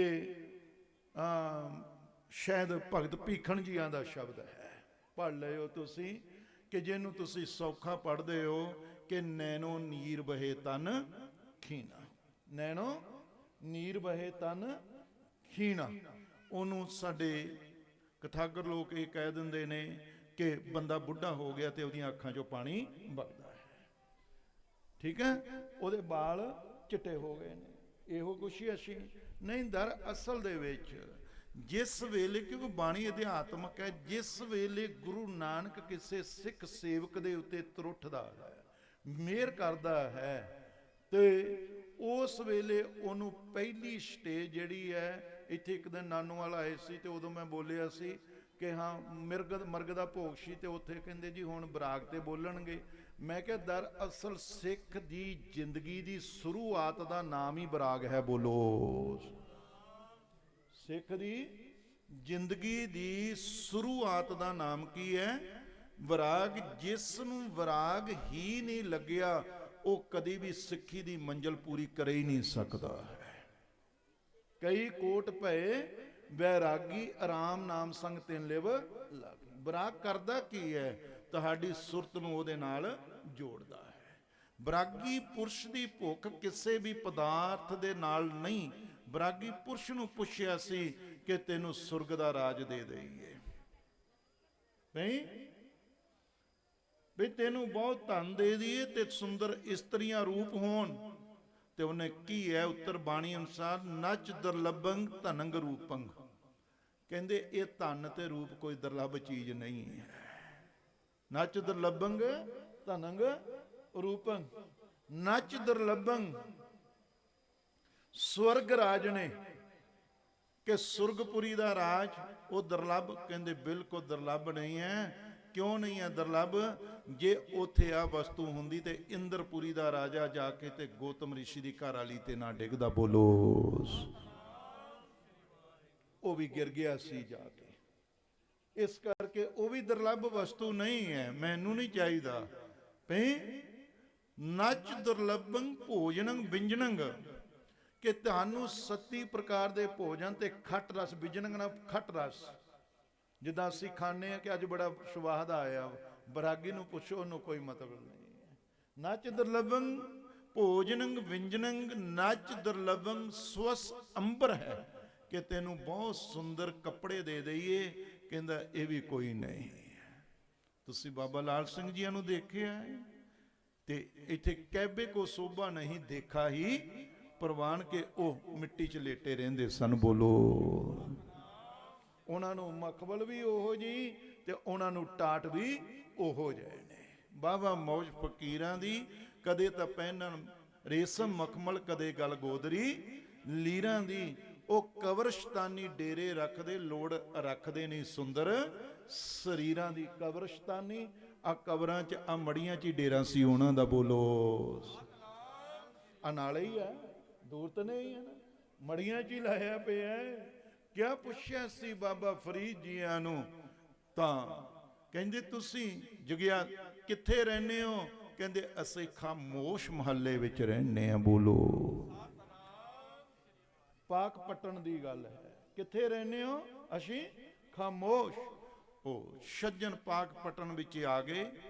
कहंदे कि इत्थे किते बाबा फरीद नाम दा एक महापुरख है, भई उन्हां दा खामोश महल्ला है। ते पाक पट्टन लोग कहन लगे इत्थे कोई खामोश महल्ला नहीं है, इत्थे कोई खामोश महल्ला नहीं है। जिस वेले इस तरह आख्या गया वो बड़ा उदास कि आम दुनिया का बंदा हुंदा तां कोई गल नहीं, पर कि रब दे फकीर नूं झूठ नहीं सी बोलना चाहिए। बोलो, इन्हां नूं झूठ नहीं सी बोलना चाहिए। तां उस वेले वो बेचारे ने होर नूं पुछ किसे अखी नूं बाबा फरीद जियां दा एक जगियासू मिल गया। कहंदे जी ਕੋਈ ਇੱਥੇ ਖਾਮੋਸ਼ ਮਹੱਲਾ ਹੈ? ਕਹਿੰਦਾ ਜੀ ਹਾਂਜੀ ਹੈ। ਕੀ ਹੈ? ਕਹਿੰਦਾ ਹੈ। ਤਾਂ ਕਹਿੰਦੇ ਕੋਈ ਫਰੀਦ ਨਾਮ ਦਾ ਮਹਾਂਪੁਰਖ? ਕਹਿੰਦੇ ਹਾਂਜੀ ਉੱਥੇ ਹੀ ਰਹਿੰਦਾ ਹੈ। ਕਹਿੰਦੇ ਉਹ ਕਿਹੜਾ ਹੈ? ਕਹਿੰਦੇ ਮੇਰੇ ਨਾਲ ਚਲੋ। ਤੇ ਉਹ ਕਬਰਾਂ ਦੇ ਵਿੱਚ ਲੈ ਗਿਆ। ਬੋਲੋ, ਉਹ ਕਬਰਾਂ ਦੇ ਵਿੱਚ ਲੈ ਗਿਆ। ਕਹਿੰਦੇ ਆ ਖਾਮੋਸ਼ ਹੈ, ਖਾਮੋਸ਼ ਨਾਮ, ਇੱਥੇ ਕੋਈ ਨਹੀਂ ਬੋਲਦਾ। ਬੋਲੋ, ਇੱਥੇ ਸਭ ਖਾਮੋਸ਼ੀ ਹੈ। ਇੱਥੇ ਤਾਂ ਉਹਨੂੰ ਲਿਖਿਆ ਜੀਵਤ ਮਰੇ, ਮਰੇ ਫੁਨ ਜੀਵੈ। ਉਹ ਤਾਂ ਮੌਤ ਤੋਂ ਬਾਅਦ ਸਾਰਿਆਂ ਨੇ ਮਰਨਾ। ਜੇ ਮਰਨਾ ਹੈ ਤਾਂ ਫਿਰ ਕਹਿੰਦੇ ਜਿਉਂਦੇ ਹੀ ਮਰ ਜਾਓ। ਬੋਲੋ, ਜਿਸ ਦਿਨ ਤੁਸੀਂ ਜਿਉਂਦੇ ਮਰ ਗਏ ਤਾਂ ਉਸ ਦਿਨ ਤੁਹਾਡੀ ਲਿਵ ਲੱਗ ਜਾਣੀ ਹੈ। ਜਿਉਂਦੇ ਮਰਨ ਦਾ ਅਰਥ ਕਿ ਇਹ ਦੁਨੀਆ ਦੀਆਂ ਗੱਲਾਂ ਵੱਲੋਂ ਮਰ ਜਾਵੋ, ਦੁਨੀਆ ਦੇ ਪਦਾਰਥਾਂ ਵੱਲੋਂ ਮਰ ਜਾਵੋ। ਉਹ ਮਹਾਂਪੁਰਖ ਤੋਂ ਸੇਧ ਲਵੋ ਕਿ ਉਹ ਜਿਉਂਦੇ ਮਰੇ ਹੋਏ ਸੀ ਜਾਂ ਨਹੀਂ ਮਰੇ ਹੋਏ ਸੀ। ਉਹ ਜਿਉਂਦੇ ਮਰੇ ਹੋ ਸੀ ਜਾਂ ਨਹੀਂ ਮਰੇ। ਜੀਵਤ ਮਰੇ, ਮਰੇ ਫੁਨ ਜੀਵੇ, ਐਸੇ ਸੁਨ ਸਮਾਇਆ। ਸਮਾਧੀ ਵਿੱਚ ਐਸੇ ਸੁਨ ਸਮਾਇਆ, ਅੰਜਨ ਮਾਹੇ ਨਰੰਜਨ ਰਹੀਏ। ਅੰਜਨ ਮਾਇਆ ਕਾਲਸ਼ ਦੁਨੀਆ ਦੀ, ਨਰੰਜਨ ਇਸ ਮਾਇਆ ਰੂਪੀ ਦੁਨੀਆ 'ਚ ਰਹਿੰਦੇ ਹੋਏ ਵੀ ਉਹ ਇਹ ਤੋਂ ਰਹਿਤ ਰਹਿੰਦੇ ਨੇ। ਬੋਲੋ, ਅੰਜਨ ਮਾਹੇ ਨਰੰਜਨ ਰਹੀਏ, ਬਹੁੜ ਨਾ ਭਵਜਲ ਪਾਇਆ। ਮੇਰੇ ਰਾਮ, ਇਹ ਜੋ ਮਹਾਂਪੁਰਖਾਂ ਨੇ ਕਰਤਾ, ਮੇਰੇ ਰਾਮ ਐਸਾ ਖੀਰ ਬਲੋਈਏ। ਕਹਿੰਦੇ ਇਸ ਤਰ੍ਹਾਂ ਤੁਸੀਂ ਵੀ ਕਿਤੇ ਰਿੜਕ ਕੇ ਦੇਖ ਲਓ ਆਪਣੀ ਜ਼ਿੰਦਗੀ ਨੂੰ। ਮੇਰੇ ਰਾਮ ਐਸਾ ਖੀਰ ਬਲੋਈਏ, ਗੁਰਮਤਿ ਮਨੂਆ ਅਸਥਿਰ ਰਾਖੋ। ਗੁਰਮਤਿ, ਗੁਰੂ ਦੀ ਮੱਤ। ਗੁਰੂ ਦੀ ਮੱਤ ਕੀ ਹੈ? ਗੁਰੂ ਦੀ ਬਾਣੀ। ਇਹਦੇ ਵਿੱਚ ਆਪਣੇ ਆਪ ਨੂੰ ਅਸਥਿਤ ਰੱਖੋ ਹਮੇਸ਼ਾ ਹੀ। ਗੁਰਮਤਿ ਮਨੂਆ ਅਸਥਿਰ ਰਾਖੋ, ਇਨ ਬਿਦ ਅੰਮ੍ਰਿਤ ਪਿਆਈ। ਇਹ ਵਿਧੀ ਹੈ ਕਿ ਜੇ ਤੁਸੀਂ ਅੰਮ੍ਰਿਤ ਪੀਣਾ, ਗੁਰ ਕੇ ਬਾਣ ਬੱਜਰ ਕਲ ਛੇਦੀ। ਗੁਰੂ ਦੇ ਬਾਣ ਕੀ ਹੈ? ਗੁਰੂ ਦੀ ਬਾਣੀ ਹੈ। ਹਰ ਪ੍ਰੇਮ ਬਾਣੀ ਮਨ ਮਾਰਿਆ, ਅਣਿਆਲੇ ਅਣੀਆਂ ਆਰਾਮ ਰਾਜ। ਗੁਰ ਕੇ ਬਾਣ ਬੱਜਰ ਕਲ ਛੇਦੀ। ਬੱਜਰ ਕੀ ਹੈ? ਇਹ ਸਾਡੇ ਮਨ ਦੀ ਕਲਪਨਾ। ਬੋਲੋ, ਅਸੀਂ ਕਲਪਤਵਾਦੀ ਲੋਕ ਹਾਂ, ਪਰ ਇਸ ਕਲਪਨਾ ਨੂੰ ਜੇ ਬਿੰਨਿਆ ਹੈ ਤੇ ਗੁਰਾਂ ਦੇ ਬਾਣਾਂ ਨੇ ਬਿੰਨਿਆ ਜੇ। ਗੁਰ ਕੇ ਬਾਣ ਬੱਜਰ ਕਲ ਛੇਦੀ। ਤੇ ਜਿਸ ਵੇਲੇ ਮਨ ਦੀ ਕਲਪਨਾ ਬਿੰਨ ਦਿੱਤੀ ਹੈ ਤਾਂ ਪ੍ਰਗਟਿਆ ਪਦ ਪ੍ਰਕਾਸ਼ਾ, ਤੇ ਉਸ ਵੇਲੇ ਅੰਦਰ ਪ੍ਰਕਾਸ਼ ਹੋਇਆ। ਨਹੀਂ, ਇਹ ਕਲਪਨਾ ਨੇ ਹੋਣ ਨਹੀਂ ਦੇਣਾ ਹੈ। ਪ੍ਰਗਟਿਆ ਪਦ ਪ੍ਰਕਾਸ਼, ਸ਼ਗਤ ਅਧੇਰ ਜੇਬਰੀ ਭ੍ਰਮ ਚੁੱਕਾ। ਸਿਰਫ ਐਵੇਂ ਸੀ, ਹਨੇਰਾ ਸੀ, ਤੇ ਹਨੇਰੇ ਦੇ ਵਿੱਚ ਐ ਰੱਸੀ ਜਾਂ ਤਰੇੜ ਪਈ ਹੋਏ ਨਾ, ਤੇ ਐ ਲੱਗਦੀ ਖਣੀ ਸੱਪ, ਉਦਾਂ ਹੀ ਡਰੀ ਗਏ। ਬੋਲੋ, ਤੇ ਜਿਸ ਵੇਲੇ ਉਹ ਪ੍ਰਕਾਸ਼ ਹੋਇਆ, ਕਹਿੰਦੇ ਉਹ ਲੈ ਐਵੇਂ ਡਰਦੇ ਸੀ, ਇਹ ਤਾਂ ਰੱਸੀ ਹੋਈ ਪਈ ਸੀ, ਸੱਪ ਤਾਂ ਹੈ ਹੀ ਨਹੀਂ। ਇਹ ਭਰਮ ਪਿਆ ਹੋਇਆ ਸੰਸਾਰ ਦਾ ਸਾਡੇ ਮਨਾਂ ਦੇ ਵਿੱਚ ਕਿ ਖਣੀ ਇਹ ਤੋਂ ਵਿਚਰੇ ਤੋਂ ਬਿਨਾਂ ਸਾਡਾ ਸਰਦਾ ਹੀ ਨਹੀਂ ਹੈ। ਵਿਚਰੋ ਇਹਦੇ ਵਿੱਚ ਕਿ ਹਾਥ ਪਾਉ ਕਰੋ ਕਾਮ ਸਭ ਚੀਤ ਨਰੰਜਨ ਨਾਲ। ਜ਼ਿੰਦਗੀ ਸੌਖੀ ਬਣਾਓ ਆਪਣੀ ਰਾਜੇ। ਕਿ ਪ੍ਰਗਟਿਆ ਪਦ ਪ੍ਰਗਾਸ਼, ਤਿੰਨ ਬਿਨ ਬਾਣੇ ਧਨਕ ਚੜਾਈ ਹੈ। ਬਈ ਤਿੰਨ ਬਿਨ ਬਾਣੇ ਧਨਕ ਚੜਾਈ ਹੈ।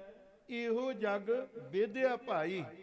ਅਸੀਂ ਲੋਕ 100 ਲੜਾਈਆਂ, 100 ਹਥਿਆਰ, 100 ਤੀਰ ਕਮਾਨ, ਕਿੰਨਾ ਕੁਛ ਚੁੱਕਦੇ ਹਾਂ, ਚੁੱਕਦੇ ਹਾਂ, ਲੇਕਿਨ ਫਕੀਰ ਨੇ ਇਹੋ ਜੀ ਕੋਈ ਕਮਾਨ ਨਹੀਂ ਚੁੱਕੀ। ਬਸ ਉਹਦਾ ਜਿਹੜਾ ਅੰਦਰਲਾ ਆਪਣਾ ਨਾਮ ਸਿਮਰਨ ਤੇ ਉਹਦੀ ਬੰਦਗੀ ਹੈ ਕਿ ਤਿੰਨ ਬਿਨ ਬਾਣੇ ਧਨਕ ਚੜਾਈਏ। ਇਹੋ ਜਗ ਵੇਦਿਆ ਭਾਈ। ਉਹਨਾਂ ਨੇ ਇਸ ਨਾਮ ਬਾਣੀ ਦਾ ਅਭਿਆਸ ਕਰਕੇ ਆ ਅਮੋਲਕ ਬਚਨਾਂ ਦੇ ਨਾਲ ਹੀ ਜਗ ਬਿਨ ਦਿੱਤਾ ਹੈ। ਬੋਲੋ, ਤਿੰਨ ਬਿਨ ਬਾਣੇ ਧਨਕ ਚੜਾਈਏ, ਇਹੋ ਜਗ। ਸਾਡੇ ਬਿੰਨਿਆ ਵੀ ਇਹ ਬਿੰਨਿਆ ਨਹੀਂ ਜਾਂਦਾ। ਅਗਲੇ ਦੇ ਅੰਦਰ ਈਰਖਾ ਜਾਗਦੀ, ਕਿਸੇ ਨੂੰ ਤੁਸੀਂ ਲੜੋਗੇ ਤਾਂ। ਪਰ ਫਕੀਰ ਬਚਨਾ ਨਾ, ਤਾਂ ਇਹਨਾਂ ਬਚਨਾਂ ਦੀ ਪਵਿੱਤਰ ਕੀਮਤ ਗੁਰੂ ਪੰਜਵੇਂ ਗੁਰੂ ਨਾਨਕ ਸਾਹਿਬ ਸ੍ਰੀ ਗੁਰੂ ਅਰਜਨ ਦੇਵ ਜੀਆਂ ਨੇ ਪਾਈ ਹੈ ਕਿ ਉੱਤਮ ਸ਼ਲੋਕ ਸਾਧ ਕੇ ਵਚਨ ਅਮਲੀਕ ਲਾਲ ਇਹ ਰਤਨ। ਸੁਨਤ ਕਮਾਵਤ ਹੋਤ ਆਧਾਰ, ਆਪ ਤਰੇ ਲੋਕੇ ਨਿਸਤਾਰ, ਸਫਲ ਜੀਵਨ ਸਫਲ ਤਾਂ ਕਾ ਸੰਗ ਜਾਂ ਕੇ ਮਨ ਲਾਗਾ ਹਰ ਰੰਗ, ਜੈ ਜੈ ਸ਼ਬਦ ਅਨਾਹਦ ਵਾਜੇ, ਸੁਣ ਸੁਣ ਆਨੰਦ ਕਰੇ ਪ੍ਰਭ ਗਾਜੈ। ਰੱਬ ਕਿੱਥੇ ਹੈ? ਕਹਿੰਦੇ ਪ੍ਰਗਟੇ ਗੋਪਾਲ ਮਹਾਂਤ ਕੈ। ਮੇਰੀ ਨਾ ਮੰਨਿਓ ਤੁਸੀਂ, ਮੇਰੀ ਗੱਲ ਨਹੀਂ ਮੰਨਣੀ ਹੈ, ਪਰ ਐ ਨਾ ਕਰਿਓ ਕਿ ਕਿਤੇ ਗੁਰੂ ਨਾਨਕ ਗੁਰੂ ਅਰਜਨ ਦੇਵ ਪਾਤਸ਼ਾਹ ਦੀ ਬਾਣੀ ਤੋਂ ਹੀ ਪਰੇ ਹੋ ਜਾਵੋ। ਪ੍ਰਗਟੇ ਗੋਪਾਲ ਮਹਾਂਤ ਕੈ ਮਾਥੈ, ਨਾਨਕ ਉਦਰੈ ਤਿਨ ਕੇ ਸਾਥੈ। ਕਹਿੰਦੇ ਜੇ ਗੋਪਾਲ, ਗੋ ਨਾਮ ਧਰਤੀ, ਪਾਲ ਨਾਮ ਪਾਲਣ, ਜਿਹੜਾ ਸਾਰੀ ਹੀ ਸ੍ਰਿਸ਼ਟੀ ਦੀ ਪਾਲਣਾ ਕਰ ਰਿਹਾ ਹੈ, ਉਹਨੂੰ ਜੇ ਕਹਿੰਦੇ ਦੇਖਣਾ ਹੈ, ਤੁਸੀਂ ਐਂ ਨਾ ਕਿਉਂ ਕਿ ਅਸੀਂ ਬਾਬਾ ਲਾਲ ਸਿੰਘ ਦਾ ਮੱਥਾ ਦੇਖਿਆ, ਉਹਦਾ ਮੱਥਾ ਨਹੀਂ ਦੇਖਿਆ, ਰੱਬ ਦਾ ਹੀ ਮੱਥਾ ਹੈ। ਬੋਲੋ, ਉਸ ਮੱਥੇ ਦੇ ਵਿੱਚ ਉਹਦੀ ਜੋਤ ਹੈ। ਪ੍ਰਗਟੇ ਗੋਪਾਲ ਮਹਾਂਤ। ਮੈਂ ਔਰ ਵੀ ਬੋਲ ਦਿੰਦਾ ਕਿ ਪ੍ਰਭ ਜੀ ਵਸੇ ਸਾਧ ਕੀ ਰਚਨਾ, ਨਾਨਕ ਜਨ ਕਾ ਦਾਸ। ਇਹ ਕੌਣ ਬੋਲ ਰਿਹਾ ਉਹਨਾਂ ਦੀ ਰਚਨਾ ਦੇ ਉੱਤੇ? ਖੁਦਾ ਬੋਲ ਰਿਹਾ। ਕਿਤੇ ਤਾਂ ਉਹ ਬੋਲਦਾ ਹੀ ਹੈ ਨਾ ਭਈ, ਕਿਤੇ ਬੋਲ ਰਿਹਾ ਉਹਨਾਂ ਦੀ ਰਚਨਾ ਤੇ ਬੋਲ ਰਿਹਾ। ਛਡਿਸ਼ਟੀ ਸ਼ਕਤੀਸ਼ਾਹੀ ਬੋਲ ਕੇ ਇਮਾਰਤ ਬਣ ਰਹੀ ਹੈ ਭਈ, ਸਾਹਮਣੇ ਬਣ ਰਹੀ ਹੈ। ਬਹੁਤ ਅੱਛੀ ਗੱਲ ਹੈ। ਮੈਂ ਇਹਦੇ ਨਾਲ ਥੋੜੀ ਜੀ ਇੱਕ ਦੋ ਸ਼ਬਦ ਬੋਲ ਦਿੰਦਾ ਹੈ ਪਿਆਰ ਦੇ ਨਾਲ। ਤੁਸੀਂ ਦੁਨੀਆ ਦੇ ਵਿੱਚ ਚਲੋ ਜੇ ਦੇਖੇ ਨਹੀਂ ਤਾਂ ਕਿੰਨੇ ਕੁ ਰਾਜੇ ਸੁਣੇ ਹੋਣਗੇ ਆਏ। ਸਾਡੇ ਹਿੰਦੁਸਤਾਨ ਦੀ 650 ਪੌਣੇ 700 ਰਿਆਸਤ ਸੀ। 650 ਤੋਂ ਪੌਣੇ 700 ਕਿ ਇਹ ਕੌਣ ਹੈ? ਇਧਰ ਕਪੂਰਥਲਾ ਰਿਆਸਤ ਮਹਾਰਾਜਾ ਜਗਜੀਤ ਸਿੰਘ ਵਾਲੀ ਸੀ, ਉਧਰ ਨਾਭਾ ਰਿਆਸਤ ਮਹਾਰਾਜਾ ਰੁਪਤਮਨ ਸਿੰਘ, ਪਰੇ ਮਹਾਰਾਜਾ ਭੁਪਿੰਦਰ ਸਿੰਘ ਪਟਿਆਲੇ ਵਾਲਾ ਸੀ, ਮਲੇਰਕੋਟੀਏ ਨਵਾਬ ਸਮ, ਜੀਂਦ ਸੀ, ਕੈਂਥਲ ਸੀ, ਹਿਸਾਰ ਸੀ। ਪਰੇ ਨੂੰ ਲੰਘ ਜੋ, ਮੈਂ ਉੱਧਰ ਰਿਹਾ 6 ਸਾਲ, ਉਹਨਾਂ ਟਿੱਲਿਆਂ ਦਾ ਵੀ ਆਨੰਦ ਮਾਣਿਆ ਭਈ। ਰਾਜਸਥਾਨ ਦੇ ਵਿੱਚ ਜੈਪੁਰ, ਜੋਧਪੁਰ, ਜੈਸਲਮੇਰ, ਬੀਕਾਨੇਰ, ਇਹ ਸਭ ਰਿਆਸਤਾਂ 5.5 ਕਿਹਦੇ ਜਾਰਜ ਪੰਚਮ ਦੇ ਟਾਈਮ ਦੇ ਉੱਤੇ ਸਨ। ਮੈਂ ਬੇਨਤੀ ਇਹ ਕਰ ਰਿਹਾ ਕਿ ਇੱਕ ਫਕੀਰ ਨੇ ਆਪਣੀ ਜ਼ਿੰਦਗੀ ਇੱਕ ਸ਼ਨ ਛਪਰੀ ਤੇ ਕੁੱਲੀ 'ਚ ਕੱਟੀ ਜੇ। ਸਮਝ ਗਏ? ਕਾਹਦੇ 'ਚ ਕੱਟੀ ਹੈ? ਸ਼ਨ ਛਪਰੀ ਤੇ ਕੁੱਲੀ ਦੇ ਵਿੱਚ। ਉਸ ਸ਼ਨ ਛਪਰੀ ਤੇ ਕੁੱਲੀ ਨੂੰ ਸ੍ਰੀ ਗੁਰੂ ਗ੍ਰੰਥ ਸਾਹਿਬ ਦੇ ਵਿੱਚ ਵੀ ਉਪਮਾ ਦਿੱਤੀ ਹੈ। ਕੀ ਆਖਿਆ ਹੈ ਉਥੇ? ਕਿ ਬਸਤਾ ਟੂਟੀ ਝੌਂਪੜੀ ਚੀਰ ਸਭ ਛਿੰਨਾ, ਜਾਤ ਨਾ ਪਤ ਨਾ ਆਦਰੋ ਉਦਿਆਨ ਪਰਮਿੰਨਾ, ਮਿੱਤਰ ਨਾ ਇਠ ਧਨ ਰੂਪਹੀਨ, ਕਿ ਸਾਕ ਨਾ ਛਿੰਨਾ। ਤੇ ਨਾਲ ਕੀ ਆਖਿਆ? ਉਹ ਰਾਜਾ ਸਗਲੀ ਸ੍ਰੇਸ਼ਟ ਕਾ ਹਰ ਨਾਮ ਮਨ। ਉਹ ਰਾਜੇ ਰਾਜੇ ਸੀ ਜਾਂ ਬਾਬਾ ਲਾਲ ਸਿੰਘ ਰਾਜਾ ਹੈ ਜਿਹਨੂੰ ਸਾਰੇ ਨਮਸਕਾਰਾਂ ਕਰ ਰਹੇ ਨੇ? ਬੋਲੋ, ਬੋਲੋ ਨਾ ਵੀ ਕੌਣ ਹੈ ਰਾਜਾ? ਬੋਲੋ। ਉਹ ਰਾਜੇ ਜੇ ਉਹਨਾਂ ਨੂੰ ਕਰਦੇ ਸੀ ਤਾਂ ਬੱਧਾ ਚੱਟੀਆਂ ਡਰਦੇ ਭਰਦੇ ਸੀਗੇ। ਜੇ ਇੱਥੇ ਰਾਜੇ ਸਲਾਮਾਂ ਹੁੰਦੀਆਂ ਤਾਂ ਸਰਦਾ ਨਾਲ ਹੋ ਰਹੀਆਂ ਨੇ। ਇਹ ਉਹ ਰਾਜਾ ਹੈ ਕਿ ਜਿਹੜਾ ਤੁਹਾਨੂੰ ਅਧਿਆਤਮਕ ਰਾਜ ਦਿੰਦਾ ਹੈ। ਫਕੀਰ ਨਹੀਂ, ਅਧਿਆਤਮਕ ਰਾਜ ਜਿਹਨੇ ਕਰਾਉਣਾ ਹੈ। ਐਸਾ ਮੈਂ ਪਿਆਰ ਦੇ ਨਾਲ ਕਿ ਥੋੜੀ ਜਿਹੀ ਤੁਲਨਾ ਕਰਨ ਲੱਗੇ ਆ ਰਾਜੇ ਮਹਾਰਾਜੇ ਤੇ ਇੱਕ ਫਕੀਰ ਦੀ। ਮੈਂ ਸ਼ਕੂਨੇ ਕਲਬ, शकुने कलब, आखिर हमने एक झोंपड़े में पाया है, मिलता है जे वो कम ईवानों की दुनिया में। शकुने कलब मन दा चैन, मन दी शांति, पीस ऑफ माइंड। अगर मन दी शांति ते मन दा चैन जे किसे नू मिलिया ते एक फकर फकीर दी सन छपरी चो मिलिया है। बोलो, मिलता है जे वो कम ईवानों की दुनिया में। कहंदे ये तानू राजियां महलों चों नहीं मिलना है, जाके जे राजियां दे राज महलों दे विच तुसीं किते भुल के चले भी गए ते उत्थों दा साजो समान दे के जिहड़ा माड़ी मोटी शांति वो भी उड़ जानी है। बोलो, राजियां दे राज महलों च जाओ, उत्थों दा अंदरला देखियो साजो समान सुंदरता नूं। जे माड़ा मोटा वो है की है, फकीर दा तां लिख दिता है कि वो राजा सगली सृष्टि दा हर नाम मन, ते ओहदा मन रब दे नाम नाल भिजिया है। ते जिथे एक राजा रहिंदा है वो चीज़ की है। दोनों की तुलना देख लवो। मैं एक चो जैसरी चो दोने चीज़ां बोल दित्तियां। पौड़ियां दो जैसरी दियां ने। दूजी पौड़ी दे विच आके सुंदर सेज अनेक सुख, रस भोगण पूरे, ग्रह सोयण चंदन सगंध। सोने दे उन्हां दे महल भी उसरे राजियां दे, ਗ੍ਰਹਿ ਸੋਇਣ ਚੰਦਨ ਸੰਗੰਧ ਲਾਏ ਮੋਤੀ ਹੀਰੇ, ਮਨ ਇਸੇ ਸੁਖ ਮਾਣਦਾ ਕਿਸ ਨਾਹੇ ਬਸੂਰੇ। ਕਹਿੰਦੇ ਸੋ ਪ੍ਰਭ ਚੇਤਨਾ ਆਵੀ ਬਿਸ਼ਟਾ ਕੇ ਕੀਰੇ। ਜਨਮ ਕਿੱਥੇ ਦਿੱਤਾ ਹੈ? ਇੱਕ ਫਕੀਰ ਦੀ ਸਾਂਝ ਨੇ ਤੁਹਾਨੂੰ ਕਿੱਥੇ ਖੜਿਆ ਹੈ ਕਿ ਸੰਤ ਪ੍ਰਸਾਦ, ਸੰਤ ਕੀ ਧੂੜ ਮਿਟੇ ਅਗ ਕੋਟ। ਅੱਗ ਹੁੰਦੇ ਰਾਜੇ ਪੁਰਾਣੇ ਤੋਂ ਪੁਰਾਣੇ ਤੁਹਾਡੇ ਕੀਤੇ ਪਾਪ ਮਾੜੇ ਕਰਮ, ਕਹਿੰਦੇ ਉਹਨਾਂ ਨੂੰ ਇੱਕ ਸਾਧੂ ਦੀ ਧੂੜੇ ਹੀ ਖਤਮ ਕਰ ਦਿੰਦੀ ਹੈ। ਬੋਲੋ। ਬਾਕੀ ਰਾਜੇ ਸਰਦਾ ਤੁਹਾਡੀ ਹੈ, ਮੈਂ ਕੋਈ ਕਿਸੇ ਨਾਲ ਰਾਜੇ ਧੱਕਾ ਨਹੀਂ ਕਰ ਰਹੇ। ਅਸੀਂ ਕਿ ਇੱਕ ਮਹਾਂਪੁਰਖ ਦੇ ਕੋਲੇ ਆਉਨੇ ਆ, ਤੁਸੀਂ ਕਿਸੇ ਦੀ ਗੱਲ ਨਾ ਮੰਨੋ, ਮੇਰੀ ਵੀ ਨਾ ਮੰਨੋ, ਪਰ ਜੋ ਬਾਣੀ ਕਹਿੰਦੀ ਆ ਉਹਨੂੰ ਹਿਰਦੇ 'ਚ ਵਿਛਾ ਲਓ, ਤੁਹਾਡਾ ਪਾਰ ਉਤਾਰਾ ਜੇ। ਸੰਤ ਕੀ ਧੂੜ ਮਿਟੇ ਅਗ ਕੋਟ। ਸੰਤ ਪ੍ਰਸਾਦ, ਪ੍ਰਸਾਦ ਨਾਮ ਹੁੰਦਾ ਕਿਰਪਾ ਦਾ ਰਾਜੇ। ਸੰਤ ਦੀ ਕਿਰਪਾ ਦੇ ਵਿੱਚ ਕੀ ਪਿਆ ਹੈ? ਅੱਧੀ ਪੰਕਤੀ, ਸੰਤ ਪ੍ਰਸਾਦ ਜਨਮ ਮਰਨ ਤੇ ਸੋਟ। ਬੋਲੋ। ਦੱਸੋ ਨਾ, ਜੇ ਮਹਾਂਪੁਰਖ ਨੇ ਕਿਰਪਾ ਕਰ ਦਿੱਤੀ ਆ ਤੇ ਤੈਨੂੰ ਜਨਮ ਮਰਨ ਤੇ 84 ਦੀ ਛੋਟ ਮਿਲ ਜੇ, ਹੋਰ ਤੈਨੂੰ ਕੀ ਚਾਹੀਦਾ? ਬੋਲੋ। ਇਹ ਕਿੱਥੇ ਪਿਆ? ਅੱਜ ਦੁਨੀਆ ਦੇ ਲੋਕ ਠੀਕ ਹੈ ਪ੍ਰਚਾਰ ਆਪਣਾ ਕਰੀ ਜਾਂਦੇ ਨੇ, ਤੁਸੀਂ ਰਾਜੇ ਅਸਲ ਨਾਲੋਂ ਨਾ ਟੁੱਟ ਜਾਓ। ਮੈਂ ਬੇਨਤੀ ਇਹ ਕਹਿਣਾ ਹੈ, ਸੰਤ ਪ੍ਰਸਾਦ ਜਨਮ ਮਰਨ ਤੇ ਸੋਟ। ਸੰਤ ਕਾ ਦਰਸ਼, ਸੰਤ ਕਾ ਦਰਸ਼। ਨਹਾਉਨੇ ਹੋ ਸਵੇਰੇ, ਪਰ ਠੀਕ ਹੈ ਕਿ ਮੇਰਾ ਸਰੀਰ ਪੱਧਰਾ ਹੋ ਗਿਆ, ਤੇ ਜੇ ਕਿਤੇ ਤੁਸੀਂ ਬਾਬੇ ਲਾਲ ਸਿੰਘ ਵਰਗੇ, ਬਾਬੇ ਜਵਾਲਾ ਸਿੰਘ ਵਰਗੇ ਨੂੰ ਤੱਕੋਗੇ ਨਾ, ਤੇ ਅੱਧੀ ਪੰਕਤੀ 'ਚ ਲਿਖਿਆ ਕਿ ਸੰਤ ਕਾ ਦਰਸ ਪੂਰਨ ਇਸ਼ਨਾਨ। ਬੋਲੋ। ਪੂਰਨ ਇਸ਼ਨਾਨ ਹੈ ਕਿ ਜਿਹੜਾ ਬਾਹਰੋਂ ਵੀ ਹੋ ਗਿਆ ਤੇ ਅੰਦਰੋਂ ਵੀ ਹੋ ਗਿਆ। ਉਹਦੇ ਦਰਸ਼ਨ ਕਰਨ ਨਾਲ ਸਾਡਾ ਅੰਦਰ ਧੋਤਾ ਜਾਂਦਾ ਹੈ। ਜਦੋਂ ਉਹਨਾਂ ਦੇ ਤੁਸੀਂ ਲਾਗੇ ਜਾਂਦੇ ਸੀ ਤੇ ਉਹਨਾਂ ਦਾ ਦਰਸ਼ਨ ਕਰਦੇ ਸੀ, ਤੇ ਜਿਹੜੇ ਪਾਪ ਸੀ ਉਹ ਥਰ ਥਰ ਕਰਕੇ ਪਿੱਛੇ ਹੀ ਕੰਬਣੇ ਸ਼ੁਰੂ ਹੋ ਜਾਂਦੇ ਸੀ ਕਿ ਮਹਾਂਪੁਰਖਾਂ ਨੇ ਕਹਿ ਕੀ ਦੇਣਾ। ਇਹ ਗੱਲ ਤਾਂ ਸੱਚ ਹੈ ਨਾ। ਮੈਂ ਇਹ ਬੇਨਤੀ ਕਰਦਾ ਸੀ ਕਿ ਇੱਕ ਰਾਜੇ ਦੀ ਤੇ ਇੱਕ ਫਕੀਰ ਦੀ ਥੋੜੀ ਜਿਹੀ ਤੁਲਨਾ ਕਰਦੇ ਆ ਕਿ ਉਹ ਰਾਜ ਕੀ ਹੈ ਭਈ। ਇਹ ਰਾਜ ਲੀਲਾ ਰਾਜਨ ਕੀ ਰਚਨਾ ਕਰਿਆ, ਹੁਕਮ ਫਾਰਾ ਸੇ ਸੋਹਣੀ ਚੰਦਨ ਚੋਆ ਨਰਕ ਘੋਰ ਕਾ।